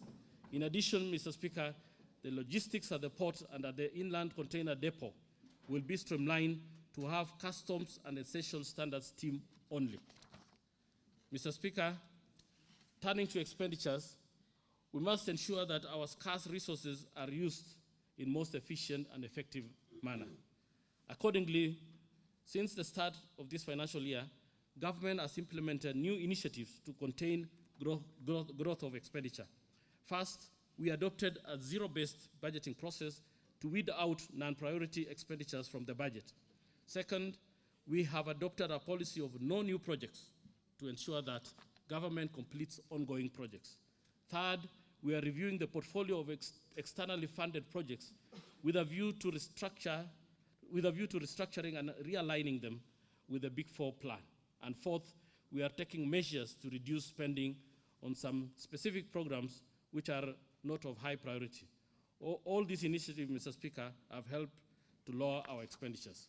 Going forward, Mr. Speaker, we will continue to take bold actions to contain our expenditures further in the next financial year in order to further reduce the deficit. This will entail the following. Mr. Speaker, the public sector wage bill continues to rise, leaving fewer and fewer resources for development. Certainly, this is not a good practice, and no meaningful development can be realized unless we reverse the trend. Mr. Speaker, in order to contain the wage bill, I propose that we limit strictly the extension of services for the significant number of civil servants who are retiring at the age of 60 years. In addition, Mr. Speaker, we will restrict new recruitment to key technical staff, security personnel, teachers, and health workers. Further, Mr. Speaker, a cleansing of the wage bill will be undertaken to root out ghost workers. Government will also fast-track migration away from the current integrated payroll and personnel database system to the IFMIS human resource module to improve payroll management. Mr. Speaker, expenditure on domestic and foreign travel has been growing due to frequent travels. To limit this expenditure, we are exploring the use of a more efficient cost-cutting approach, including use of electronic card system for all public officers traveling within and outside the country. This card would be preloaded with subsistence allowance to be expended by officers traveling on official duty on eligible expenditures only. Mr. Speaker, the Cabinet is considering a new government transport policy that will standardize the institutional framework for fleet management and use of fuel cards across government in order to improve efficiency and cut costs.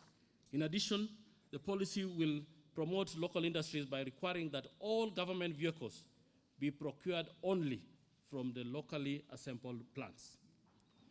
Mr. Speaker, the government has been leasing office space at higher than market rates, resulting in huge costs to government. Beginning 1st July 2019, all procurement of office accommodation by government will be standardized with uniform cost leases, and existing contracts will be renegotiated to ensure a standard rate. Mr. Speaker, we are on course towards providing an electronic end-to-end solution on all procurement processes. Mr. Speaker, these will significantly enhance efficiency, transparency, and accountability in procurement. It will further provide procurement audit trails, enhance reporting and procurement analytics for better monitoring of the public procurement system, efficient and electronic archiving of procurement records, and availability of online appeal and complaint mechanism, among others. Mr. Speaker, we are now in the final stage of issuing the new public procurement and asset disposal regulation to fully operationalize the Public Procurement and Asset Disposal Act of 2015.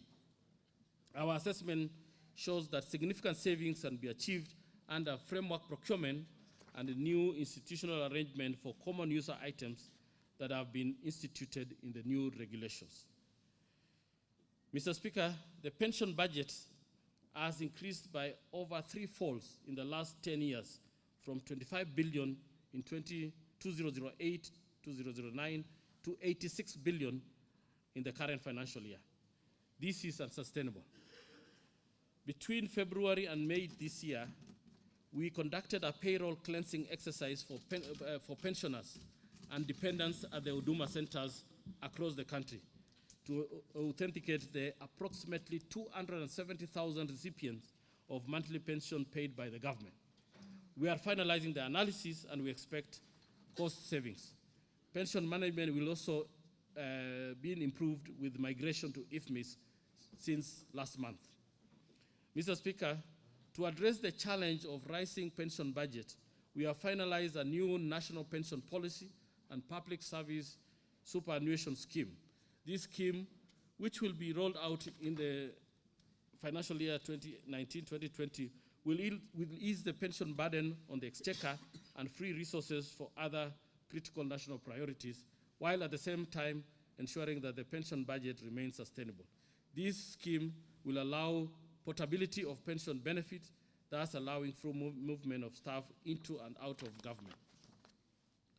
Mr. Speaker, the government will issue public investment management regulations, which will provide a framework for appraising and approving new projects to be funded through government budgets. In order to enhance transparency and accountability, all approved and ongoing projects will be available in the Public Investment Management Information System portal. Mr. Speaker, in addition to the expenditures measures that I've just enumerated, domestic revenue mobilization will be critical to helping us achieve our fiscal deficit targets. I will be coming back later in this budget statement to our proposed taxation measures that will make our tax system more efficient and strengthen our revenues. Meanwhile, in terms of administrative measures to enhance revenue collection and seal revenue loopholes, a number of initiatives are underway, including sustaining the fight against illicit and counterfeit trade that was launched last year. KRA will continue to strengthen and upgrade the ICT system, including the full rollout of the integrated custom management system, which has been delayed for too long. Information sharing through MOUs with other jurisdictions to support fight against cross-border tax evasion will also be implemented. Revenue enhancement initiatives that target, among others, enhanced scanning of containers to detect concealment, implementation of regional electronic cargo tracking system to tackle transit diversion, implementation of new debt collection strategy, resolution of tax dispute, and enhancing investigative capacity to support revenue collection. Mr. Speaker, we expect the above administrative measures to significantly boost our revenue efforts going forward.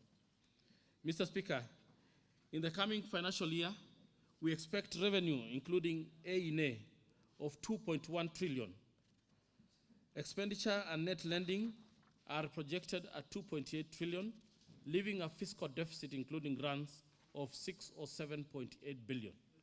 In relation to GDP, this deficit translates to 5.6%, a decline from 6.8% in this financial year and 7.4% last financial year.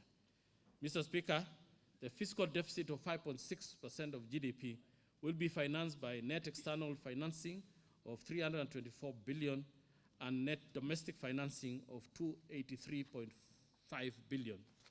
Mr. Speaker, we shall continue to remain on this planned path of reducing the fiscal deficit in the medium term in order to create more fiscal space and to reduce the public debt. Mr. Speaker, resource mobilization through borrowing will be in accordance with the Public Financial Management Act 2012 and guided by the annual medium-term debt management strategy, which this House approves annually, and which seeks to minimize costs and risks on public debt and borrowing. Official development assistance on high concessional terms will be preferred for some of the external financing, while medium to long-term treasury bonds will remain the primary source for domestic financing. Mr. Speaker, Kenya continues to meet its debt service obligation promptly with no accumulation of debt arrears. Public debt is within sustainable levels, and the debt burden is projected to decline over the medium term as we implement the fiscal consolidation plan.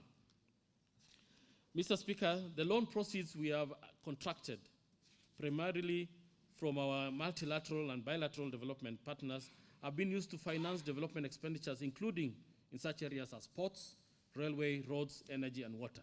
This infrastructure is critical to the expansion of our potential growth and regional competitiveness in making Kenya the African hub for transportation, industrial, and service sectors.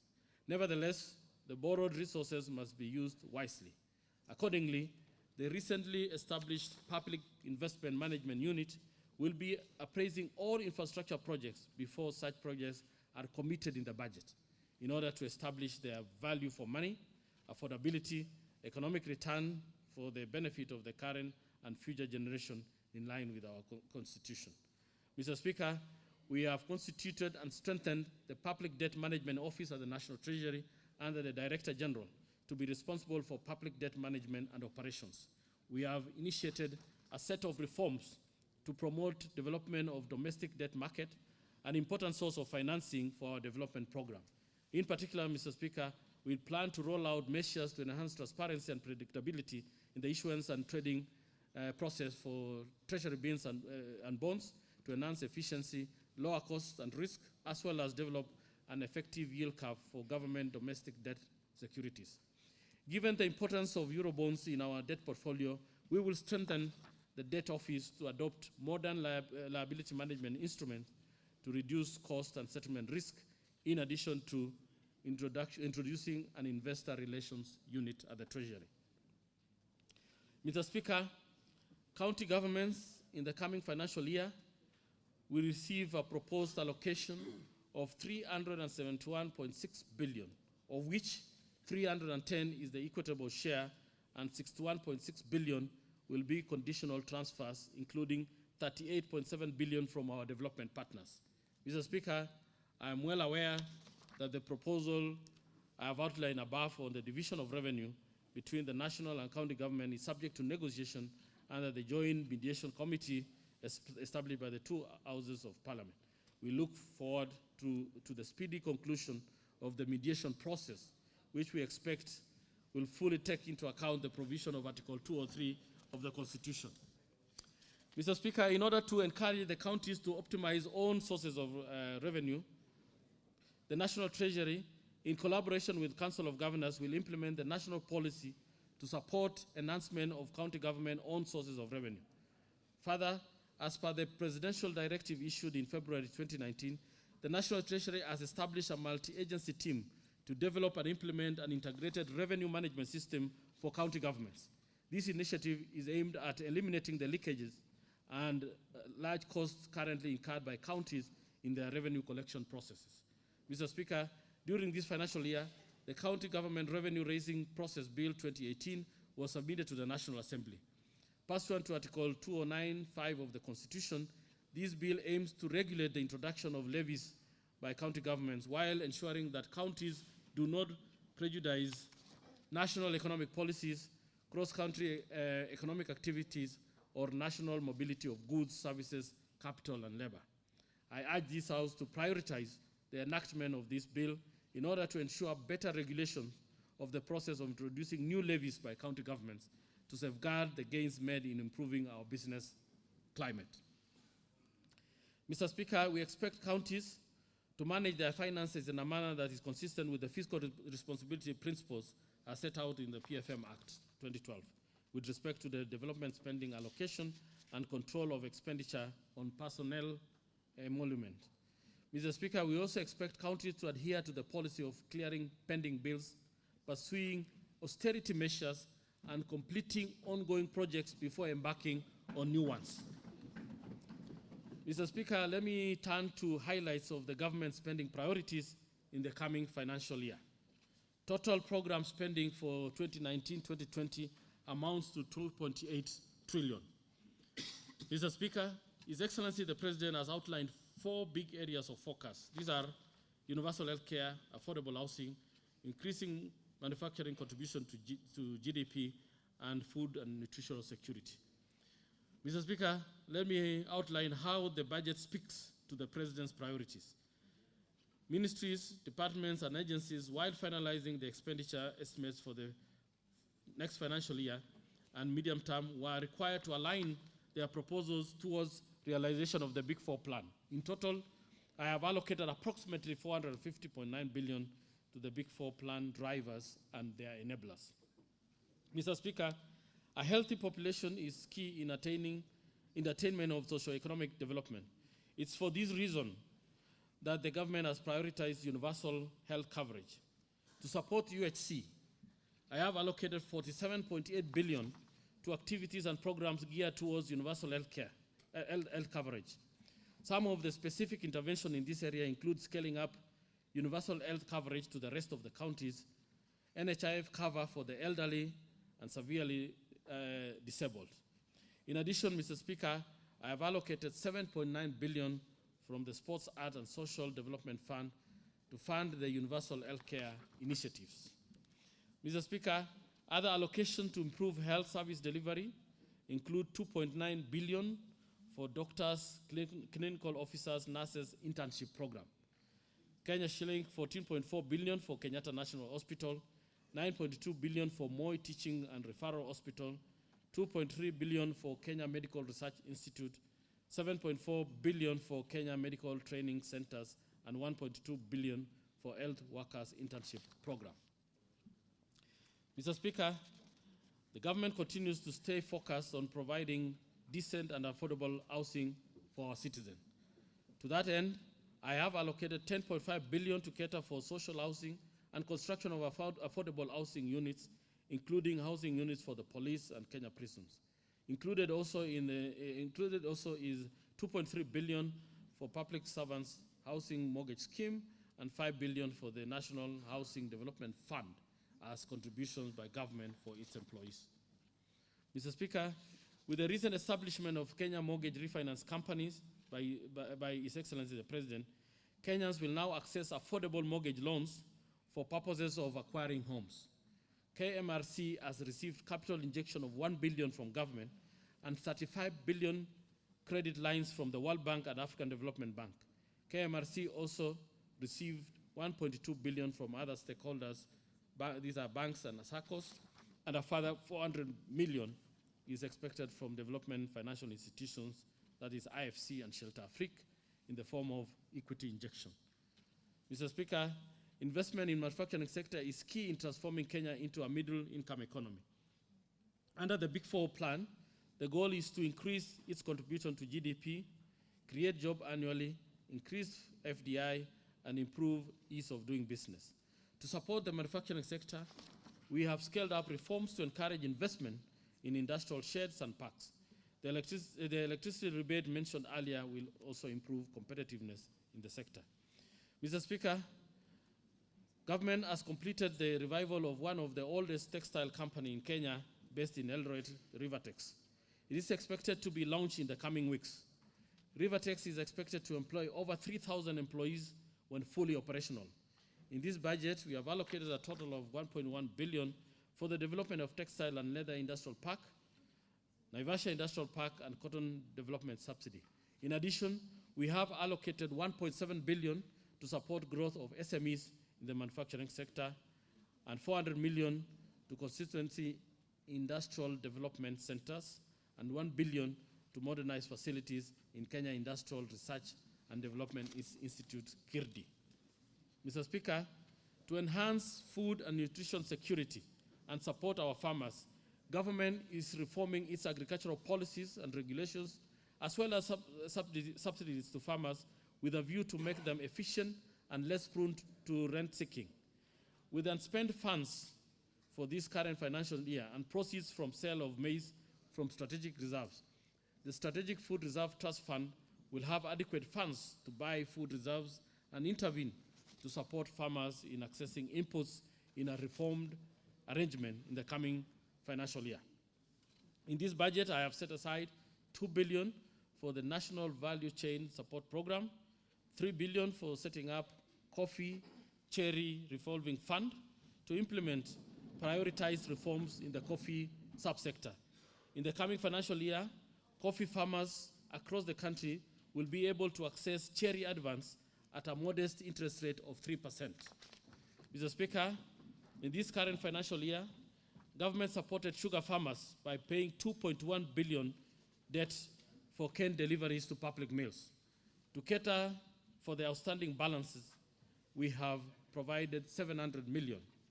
Other provisions include 1 billion for crop diversification and to revitalize the Miraa industry, 800 billion for rehabilitation of fish landing sites, and 700 million for smallholder dairy commercialization. I have also allocated a total of 7.9 billion for ongoing irrigation projects. Mr. Speaker, allow me to turn to the proposed expenditure on enablers that are critical to the realization of the Big Four agenda. I'll start with infrastructure. We will continue with the infrastructure program in order to improve our competitiveness. I'm therefore proposing to allocate 180.9 billion for ongoing roads construction projects, as well as rehabilitation and maintenance of roads. We have also provided 55.8 billion for the completion of phase 2A of the SGR, 11 billion for the LAPSET project, and 7.2 billion for the Mombasa Port Development Project.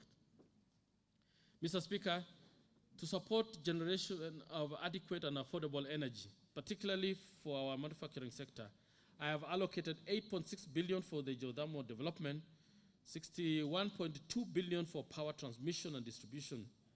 This includes 4.5 billion for electrification of public institutions, 5.5 billion for last mile connectivity, and 1.3 billion connectivity subsidy, 1 billion for street lighting, and 1.5 billion for transformers in our constituencies. Mr. Speaker, a safe and secure environment is a precondition for achieving the Big Four agenda. Therefore, I have provided 326.5 billion for security agencies, which include 121.6 billion for defense, 7.7 billion for National Intelligence Service, 26.9 billion for Prisons Department, 140 billion for State Department of Interior. The allocation to the State Department of Interior includes 22.8 billion for house allowance for the police and prisons, and 6.9 billion for police and prisons officers' medical scheme.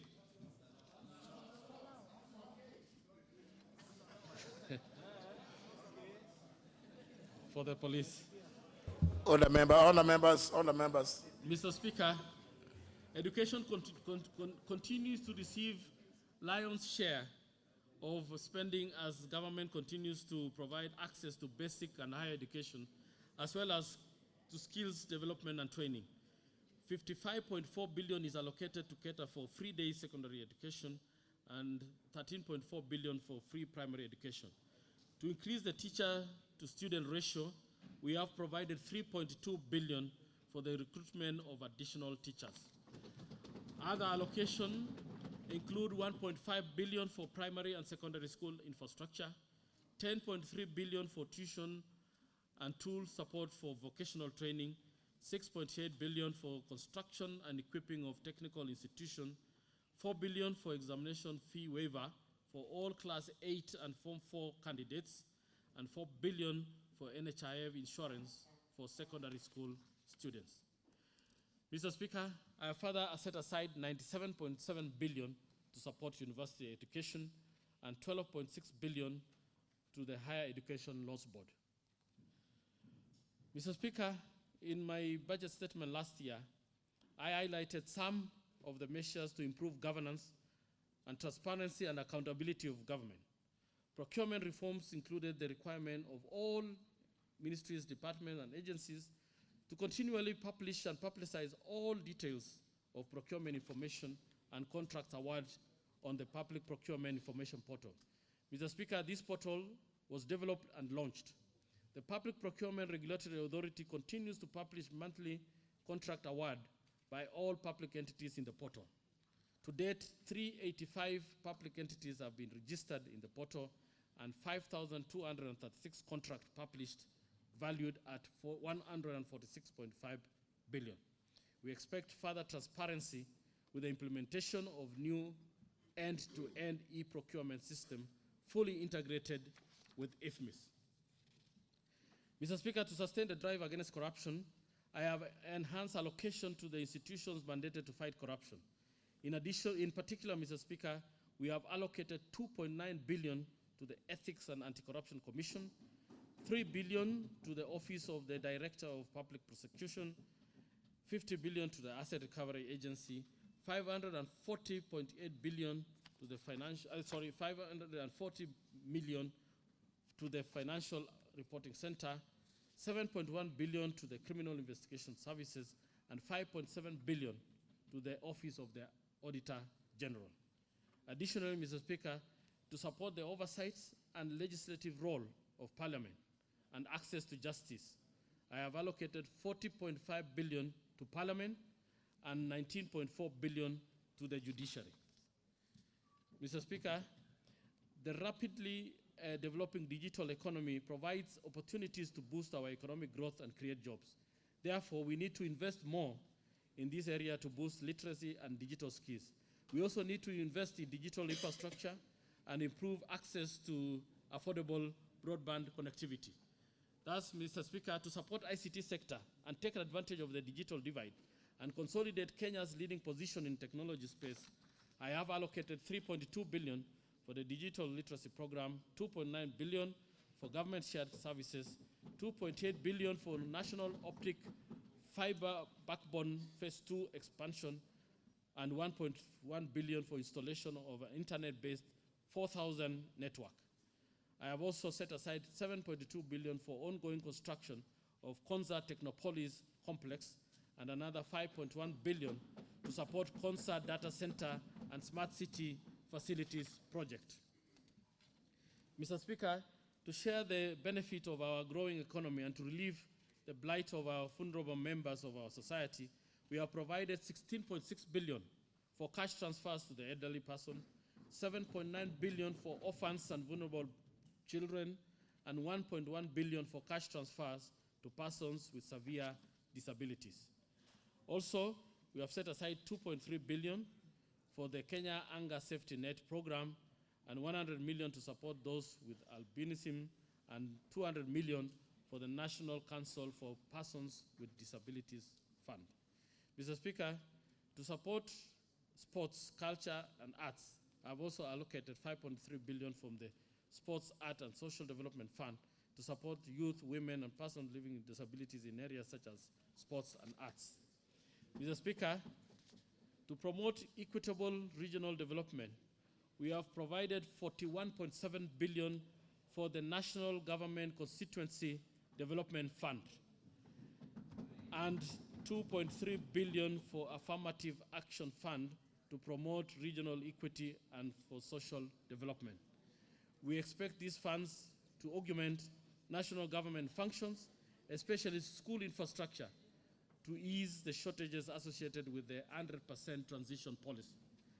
I've also allocated 5.8 billion for the equalization funds Equalization Fund to finance programs in the marginalized areas. Mr. Speaker, the rest of my presentation summarizes various tax measures and miscellaneous amendments that I intend to introduce through the Finance Bill 2019 and regulations to realize the objective set out in the Big Four plan. The tax policy measures in this budget are expected to generate an additional 37 billion and tax revenue to the exchequer. Mr. Speaker, the new income tax bill that benefited from extensive public consultation is at the final stage of legal drafting before it's submitted to this House shortly. Accordingly, I'll make limited changes to the Income Tax Act to enhance equity and fairness. Mr. Speaker, after 4 years of implementation, there is a need to review the capital gains tax legislation in order to enhance equity and fairness, as well as harmonize the rate with other jurisdictions, including the East African Community region, where the rates ranges from 20 to 30. Consequently, I propose to increase the rate of capital gain tax from 5% to 12.5%. Further, Mr. Speaker, in order to allow for seamless restructuring of corporate entities, I propose to exempt from capital gain tax the transfer of property that is necessitated by restructuring of corporate entities. This measure will allow corporate entities to restructure their operations for efficiency and market penetration. Mr. Speaker, with the increasing demand to mobilize resources, there is need to expand the tax base and enhance our revenue. Over the years, with the expanded economy, there has been an increase in services that are offered on commercial basis, some of which are not within the ambit of withholding tax. I therefore propose to expand the scope of application of withholding tax by subjecting additional services other than management and professional fee to withholding tax. Mr. Speaker, these services include security services, cleaning and fumigation services, catering services offered outside hotel premises, transportation of goods excluding air transport services, sales, promotion, and marketing and advertising services. These measures will enhance tax compliance by persons offering these services. Mr. Speaker, the Kenya economy and the world economy at large is fast changing to keep up with technological advancement. In particular, the digital economy is fast evolving, thereby posing challenges to taxation.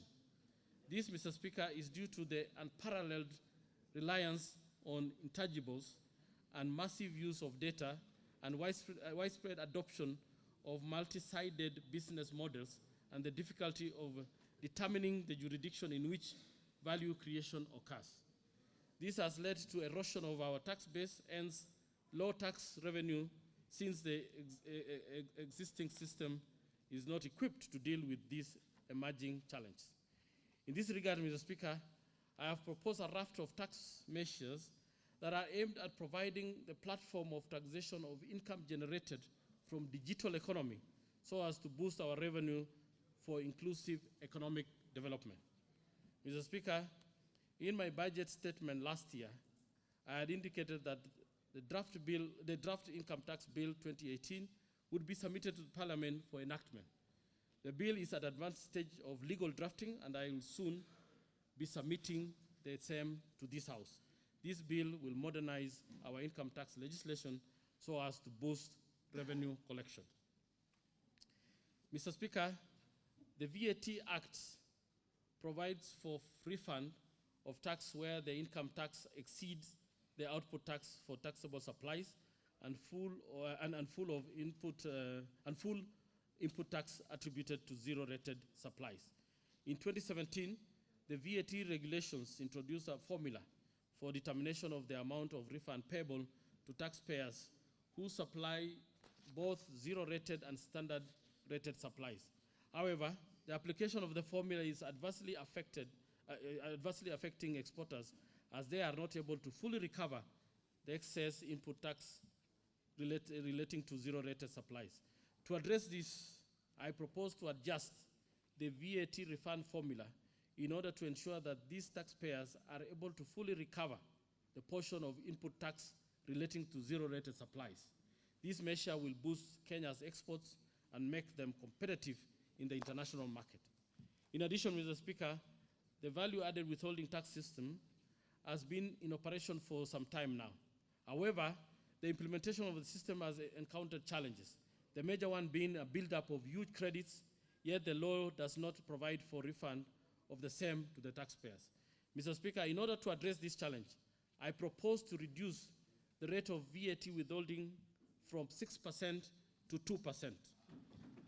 This will not only help reduce the buildup of VAT refunds, but will also help enhance the cash flow of our businesses, community, and stimulate economic activities and job creation. Mr. Speaker, Kenya is positioning itself as a leading assembler of electronics and computers within the region. This development initiative will transform Kenya into a major manufacturer and supplier of electronics and computers in the East African community. Mr. Speaker, in order to encourage the growth of this sector, I propose to exempt from VAT locally manufactured motherboards and all inputs used in their manufacture. This will make them more competitive against imported motherboards. Mr. Speaker, the government has made tremendous effort in protecting our environment. The country has banned the use of plastic bags to reduce pollution and provide clean environment to its citizens. However, other forms of plastic waste remain a major cause of both land and water pollution. Mr. Speaker, to address this challenge, there is need to promote plastic waste management by encouraging recycling of plastic waste. In this regard, Mr. Speaker, I propose to exempt from VAT all services offered to plastic recycling plants and supply of machinery and equipment used in the construction of these plants. Further, to encourage investment in plastic recycling, I propose to lower corporation tax to 15% for the first 5 years for any investor operating a plastic recycling plant. Mr. Speaker, on matters relating to customs, I have proposed measures intended to make our products more competitive while at the same time protect local industries from unfair competition. This will support the manufacturing sector under the Big Four plan, which is expected to grow to 15% of GDP by 2022. Mr. Speaker, the details of the custom measures will be communicated through the East African Community Gazette and will be effective 1st July this year. I wish to highlight a few of them. Mr. Speaker, our metal and allied sector continues to face stiff competition from imported cheap and subsidized iron and steel products. In order to protect this industry, I have retained the ad valorem rate of import duty at 25% with corresponding specific rates of duty within a wide range of these products which are produced in the region. Mr. Speaker, Kenya has sufficient capacity to produce some paper and paperboard products, and therefore there is need to protect these industries. However, the common external tariff of this product is 10%. To protect manufacturers of these products from unfair external competition, I have proposed that the import duty rate, which was increased last year to 25% for 1 year period, be maintained for a further 1 year period. Mr. Speaker, as you may be aware, the government banned the logging of trees to stop deforestation. However, our manufacturers who use raw timber to manufacture furniture and other products are affected by this measure as they now lack adequate supply of raw timber. To address their blight and at the same time protect our forests, I have proposed to reduce import duty on raw timber from 10% to 0. In addition, Mr. Speaker, to protect the timber and furniture industry from proliferation of cheap finished timber products and to encourage local production, I propose to retain an ad valorem rate of import duty at 25% with corresponding specific rate of import duty on the products. Mr. Speaker, betting has become widespread in our society. And its expansion has had negative social effects, particularly to the young and vulnerable members of our society. In order to curtail the negative effect arising from betting activities, I propose to introduce excise duty on betting activities at 10% at the amount staked. Mr. Speaker,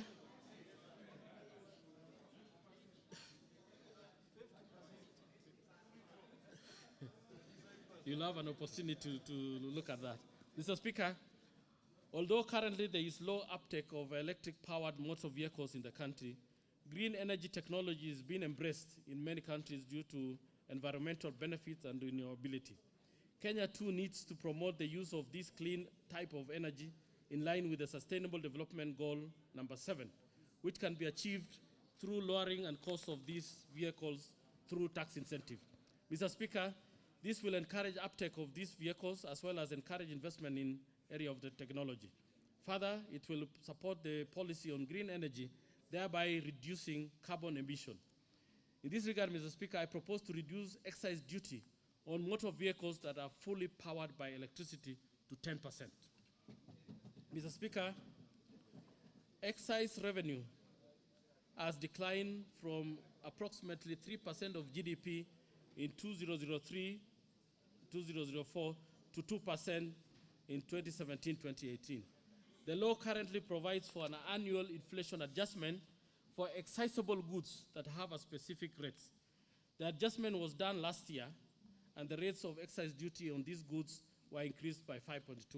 Mr. Speaker, although the rates will be adjusted again in July by inflation rate provided by the Kenya National Bureau of Statistics, the adjustment may not be adequate to address the declining trend of excise revenue. Mr. Speaker, in order to address this decline and to boost excise revenue, I propose to increase the rate of excise duty on cigarettes, wines, and spirits by 15%. In other words, Mr. Speaker, excise duty on alcohol and tobacco will be increased as follows. A 750 ml bottle of wine will have an excise duty of 136 shillings, which is 18 shillings more from the current rates. The duty of a bottle of whiskey, Order members, even if you are excited or affected. The duty of a bottle of whiskey will go up by 24 shillings to Kenya shilling 182 for a 750 ml bottle. The excise duty of a packet of 20 cigarettes will increase by 8 shillings to 61 shillings per packet. Mr. Speaker, the government introduced the growth and the enterprise market segment with favorable listing conditions for SME to raise finance from the capital markets for growth. However, the uptake has not been good in view of the potential back taxes that the enterprises may be facing. In this regard, Mr. Speaker, I propose to introduce amnesty on the tax penalties and interest on any outstanding tax for 2 years period to the listing for SMEs that list under the GEMS program to encourage them to list and clear their tax records. The principal tax shall, however, be fully paid. Mr. Speaker, the government is keen to position Kenya as a prime financial center in East and Central Africa. The first step to achieve this is to make our financial services accessible to both Kenyans and our visitors. Currently, Mr. Speaker, the law requires one to have KRA PIN before opening bank account. This poses challenges to visiting foreigners, privileged persons, and foreign investors investing in our financial market. In this regard, I propose to amend the Tax Procedure Act to empower the Commissioner to grant exemptions from the PIN requirement in certain circumstances when opening a bank account. Mr. Speaker, last year, through the Finance Act 2018, I introduced an anti-adulteration levy on illuminating kerosene in order to check the meanness of adulteration of fuel. In addition to reducing the adulteration of fuel products, this levy increased the cost to manufacturers of paint and resin who use illuminating kerosene as input. In order to address this problem, Mr. Speaker, I propose to introduce a provision under Miscellaneous Fee and Levies Act 2016 that will allow manufacturers of paint and resin to get refund on the levy paid. Mr. Speaker, in order to further cushion our local manufacturers and facilitate the growth of the sectors, I propose to reduce the import declaration fee, IDF, on intermediate goods and raw materials used by manufacturers from 2% to 1.5%, while increasing the rate on finished goods from 2% to 3.5%. In addition, Mr. Speaker, I propose to raise the railway development levy for finished products from 1.5% to 2% to further cushion our manufacturers. Mr. Speaker, raw hides and skins are currently subject to export levy. This measure has had a significant impact in increasing value addition in the sector. However, the levy does not apply to tanned and crushed hides and skins, which are also being exported at the expense of value addition. Mr. Speaker, in order to further accelerate value addition and promote the manufacturing of local leather products, I propose to impose export levy on tanned and crushed hides and skins at 10%. Mr. Speaker, the Capital Markets Authority is responsible for promoting, regulating, and facilitating the development of an orderly, fair, and efficient capital markets in Kenya. In order to effectively deliver on this mandate, the authority requires powers to sanction the players in the market in case of default.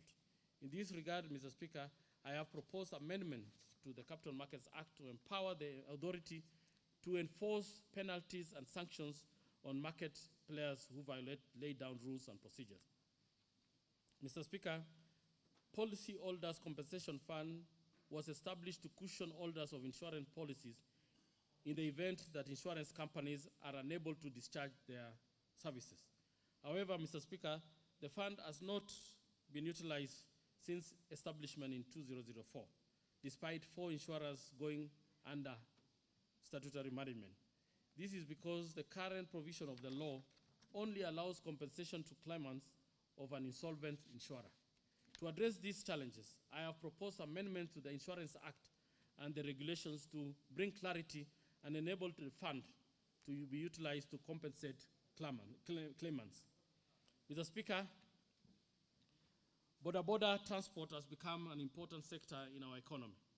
It is one of the largest employers of our youth and also provides cheap and convenient transport for Kenya. Despite the above benefits, Mr. Speaker, this mode of transport has proven to be very risky to riders, passengers, and even pedestrians. Further, Mr. Speaker, there are accident victims who are mostly from the lower cadre of our society are left to seek financial assistance for treatment from friends and relatives since these borders are not insured. In order to mitigate against this risk, Mr. Speaker, I propose to amend the Insurance Motor Vehicle Third-Party Risk Certificate of Insurance rules to require all passengers carrying borders and tuk-tuks to have an insurance cover for passengers and pedestrians. Mr. Speaker, retirement benefit schemes that invest in the guaranteed funds are subject to unfavorable terms of exit. In particular, the schemes are required to withdraw funds in installment spread over 3 years, otherwise they suffer a charge of 25% of the fund value. This exposes members to low returns on the fund balances. On the members, you will have your time to period. discuss. Therefore, Mr. Speaker, I have proposed to amend the Retirement Benefit Act to reduce the period of transfer to 1 year so as to allow members to access better returns. Mr. Speaker, while both individual and occupational regulations under the Retirement Benefit Act make provisions for creation of reserve funds in the defined contribution schemes, the schemes are not required to make provisions for distribution of reserves fund in the rules. This has made some members exit without accessing their entitlement to the reserve fund. In this regard, Mr. Speaker, I propose to amend the occupational pension regulations and retirement benefits regulations to ensure that the existing members receive their equitable share of the reserve fund. Mr. Speaker, last year I introduced amendments to allow contribution for post-retirement medical funds in the occupational and individual retirement benefit scheme. This was meant to enable members of these schemes to contribute for a medical scheme to be assessed after retirement as a form of social security. In order to ensure that many Kenyans enjoy this opportunity, Mr. Speaker, I propose to further amend the umbrella retirement scheme regulations to allow members of the umbrella retirement benefit scheme to contribute towards post-retirement medical funds. This will also contribute to the achievement of universal health coverage. Mr. Speaker, in order to establish a legal framework for the operations of the National Electronic Single Window System, I will soon submit the National Electronic Single Window Bill 2019 for deliberation by the National Assembly. Mr. Speaker, the bill proposes to legislate the use of the National Single Window System as well as to re-establish the Kenya Trade Network Agency. In addition, the bill will also seek to amend various statutes to recognize and formalize the issuance of electronic certificate permits that are currently issued by various agencies through the system. Mr. Speaker, the aim of the interest rate capping introduced in September 2016 was to reduce the cost of borrowing, increase access to credit, and higher return to savings. It's now going to 3 years, and the law has had the opposite effect, with micro, small, medium enterprises starved of credit and the loan books of small banks becoming smaller. Mr. Speaker, you'll recall in the Finance Bill 2018, I proposed to amend the Banking Amendment Act 2016 by repealing Section 33B of the Act. The proposal was motivated by the need to enhance access to credit and minimize the adverse impact of interest rate capping on credit while strengthening financial access and monetary policy effectiveness. In addition, I highlighted a number of reforms that we are putting in place to optimize lending to the private sector while at the same time encouraging innovation in the financial sector in Kenya. Already, the Central Bank of Kenya is dealing with the consumer protection issues in the banking sector. Mr. Speaker, given the challenges that the micro, small, and medium enterprises are facing in accessing credit from the banking sector, and cautious of the need to spur business activity, I am in this year's finance bill proposing a repeal of Section 33B of the Banking Act 2016. I'm convinced this will unlock credit to the private sector and in particular to the SMEs. Further, Mr. Speaker, we will be launching an SME credit guarantee scheme in a few weeks' time to deepen access to credit by SMEs without being subjected to complex application procedures and collateral requirements. These, together with the Biashara Kenya Fund and SME Fund, will address the very reason why interest rate caps were introduced. Mr. Speaker, the aforementioned reforms will not only address shortcomings in the credit market, but also catalyze provision of credit to support the government Big Four agenda. Mr. Speaker, the budget is also about insulating ourselves against future risk and sustaining our long-term development agenda. Mr. Speaker, the funds allocated in the budget for infrastructure development are not adequate to meet the growing needs for quality and sustainable services and to support the Big Four plan. In this respect, the government will continue to leverage on the private sector to support infrastructure development through public-private partnership arrangement. Mr. Speaker, we have already made great strides in this area and have awarded the Nairobi-Nakuru Mau Summit Toll Road project and approved the development of JKIA James Gishuru Nairobi Expressway project to be done under the PPP framework. These projects are expected to commence soon and will significantly reduce traffic in Nairobi City and on the Nairobi-Nakuru highway. Mr. Speaker, as the host nation of the United Nations Environment Programme, Kenya remains a global leader in environmental conservation and sustainable development. Mr. Speaker, We have continued to champion the green economy by aspiring industrial growth in a manner that protects the environment from the effects of climate change. We have also committed to expand our forest cover from 7.2% to 10% target. Mr. Speaker, building on our commitment to foster a sustainable environment, we have issued another ban on single-use plastics in all our protected areas, including national parks, beaches, forests, and conservation areas. The ban shall be effective 5th June 2020. Mr. Speaker, as reiterated by His Excellency the President during his State of Nation address in April this year, our resolve to sustainably manage our natural resources remain unwavering. Mr. Speaker, this is a new sector in our economy. We shall soon export crude oil to establish its commercial viability. In addition, the National Intelligence Service, working with the Department of Defense, is conducting geophysical survey to map out the natural resources across the country. In order to prepare for that, we have finalized the Kenya Sovereign Wealth Fund Bill, which is undergoing legal drafting before submission to Parliament for approval. Mr. Speaker, among other things, the Sovereign Wealth Fund Bill proposes the creation of a fund and provides a legal framework to guide the investment of revenue from oil, gas, and mineral resources. It's also important to underscore that other than the cost of managing the fund, all monies in the fund will be used to finance critical development programs, build savings for future generation in order to ensure intergenerational equity and for stability and for stabilizing budget expenditures in the event of fluctuation in the price of natural resources. Mr. Speaker, the government has eased service delivery to the public through digitalization of critical services in the e-citizen portal. We have e-registry and we are digitalizing land transactions, business registration, motor vehicles and driver's license services, and services under the registration of persons, including passports.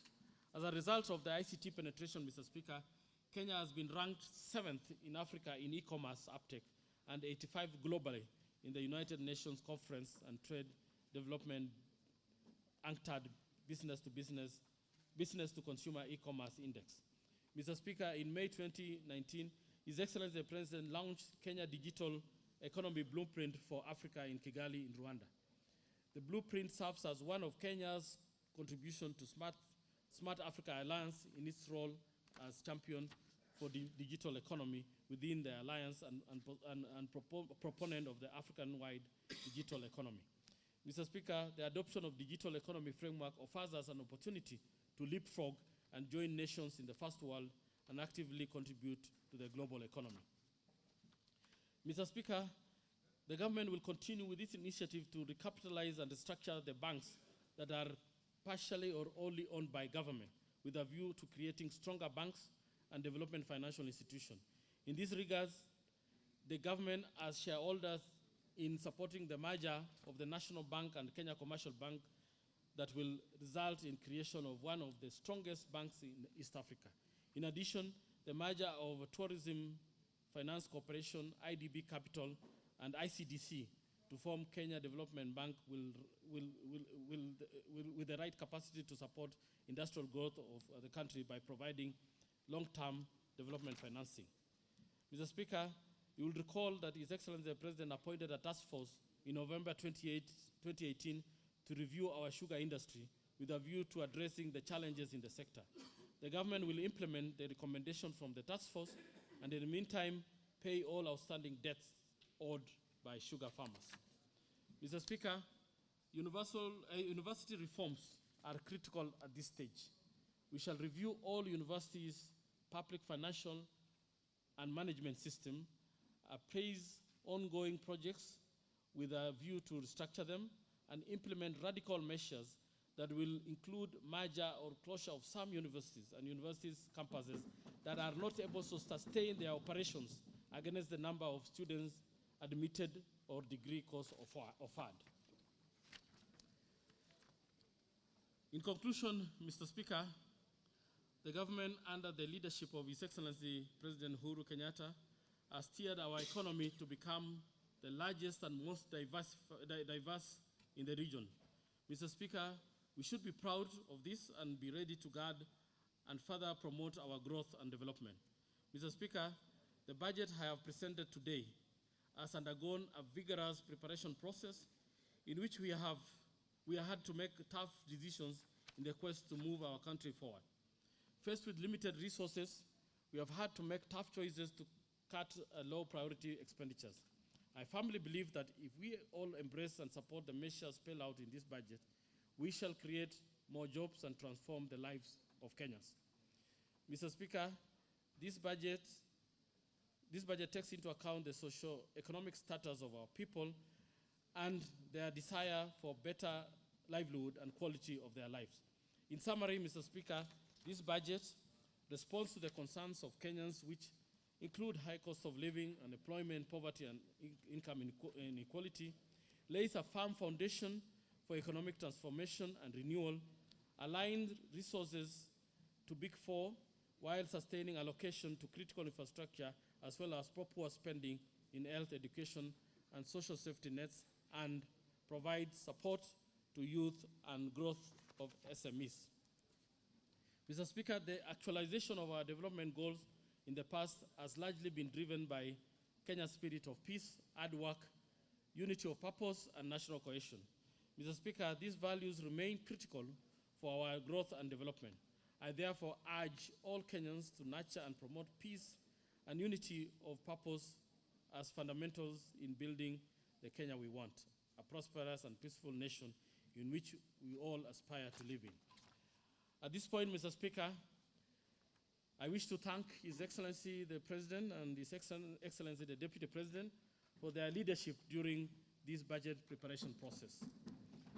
Mr. Speaker, allow me to thank most profoundly you for according me this opportunity to present to this august House the highlights of the 2019-2020 budget, and also for the support the House has accorded the National Treasury in the budget formulation process. I'm also greatly indebted to my cabinet colleagues and the principal secretaries for their support and cooperation throughout the process of preparing this budget. Many thanks to the Budgets and Appropriation Committee led by Chairman Kimani Ichung'wah, Finance and Planning Committee led by Chairman Joseph Limo, and other departmental committees of the National Assembly, as well as the leader of my majority, Aden Duale, for the time and dedication of sifting through the estimates and constructive debates that help refine the budget. And Minority Leader Bandi for the relentless support they have given us. A word of appreciation to the staff of the National Treasury and Planning, led by the Principal Secretary, Dr. Kamau Tuge, who have tirelessly worked long hours to ensure that this budget and supporting document meet the legal timeline. Finally, Mr. Speaker, I wish to thank Kenyans from all walks of life who gave their suggestions and proposals through the budget-making process. I thank you for listening. Mr. Speaker, in April 2019, I submitted the budget estimates together with the accompanying documents. As I conclude, I further submit the following documents to this august House. One is the budget statement, the Finance Bill 2019, the Competition Amendment Bill 2019, the Insurance Amendment Bill 2019, various legal notices, financial statement for 2019-2020, and 2019 budget policy statement. Also, estimates of revenue, grants, loans for 2019-2020, the 2019 medium-term debt management strategy, budget highlights called the Mwananchi Guide, statistical annex to the budget statement for 2019-2020, and the Public Financial Management Biashara Kenya Fund Regulations 2019. Mr. Speaker, I will soon submit the following bills, which are at advanced stages of legal drafting to the National Assembly for approval. The Income Tax Bill 2019, the Kenya Sovereign Wealth Fund 2019, the Central Bank of Kenya Bill 2019, and the Kenya National Electronic Single Window Bill 2019. Thank you very much.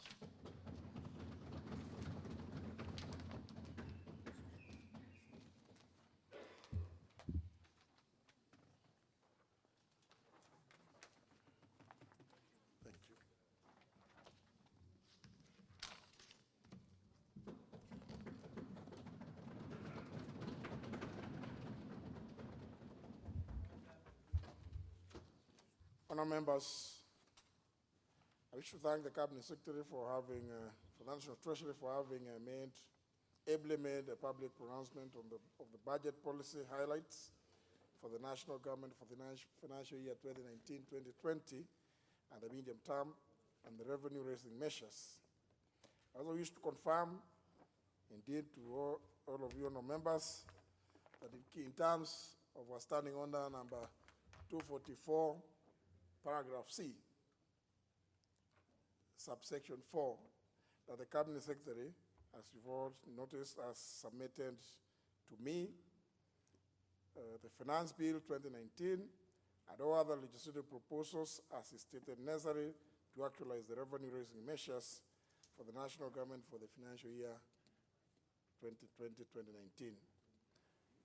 Now, members, it is now my pleasure to invite you to invite all of members, the Cabinet Secretary for the National Treasury, other Cabinet Secretaries, and all guests to a reception at the Parliament Courtyard hereafter.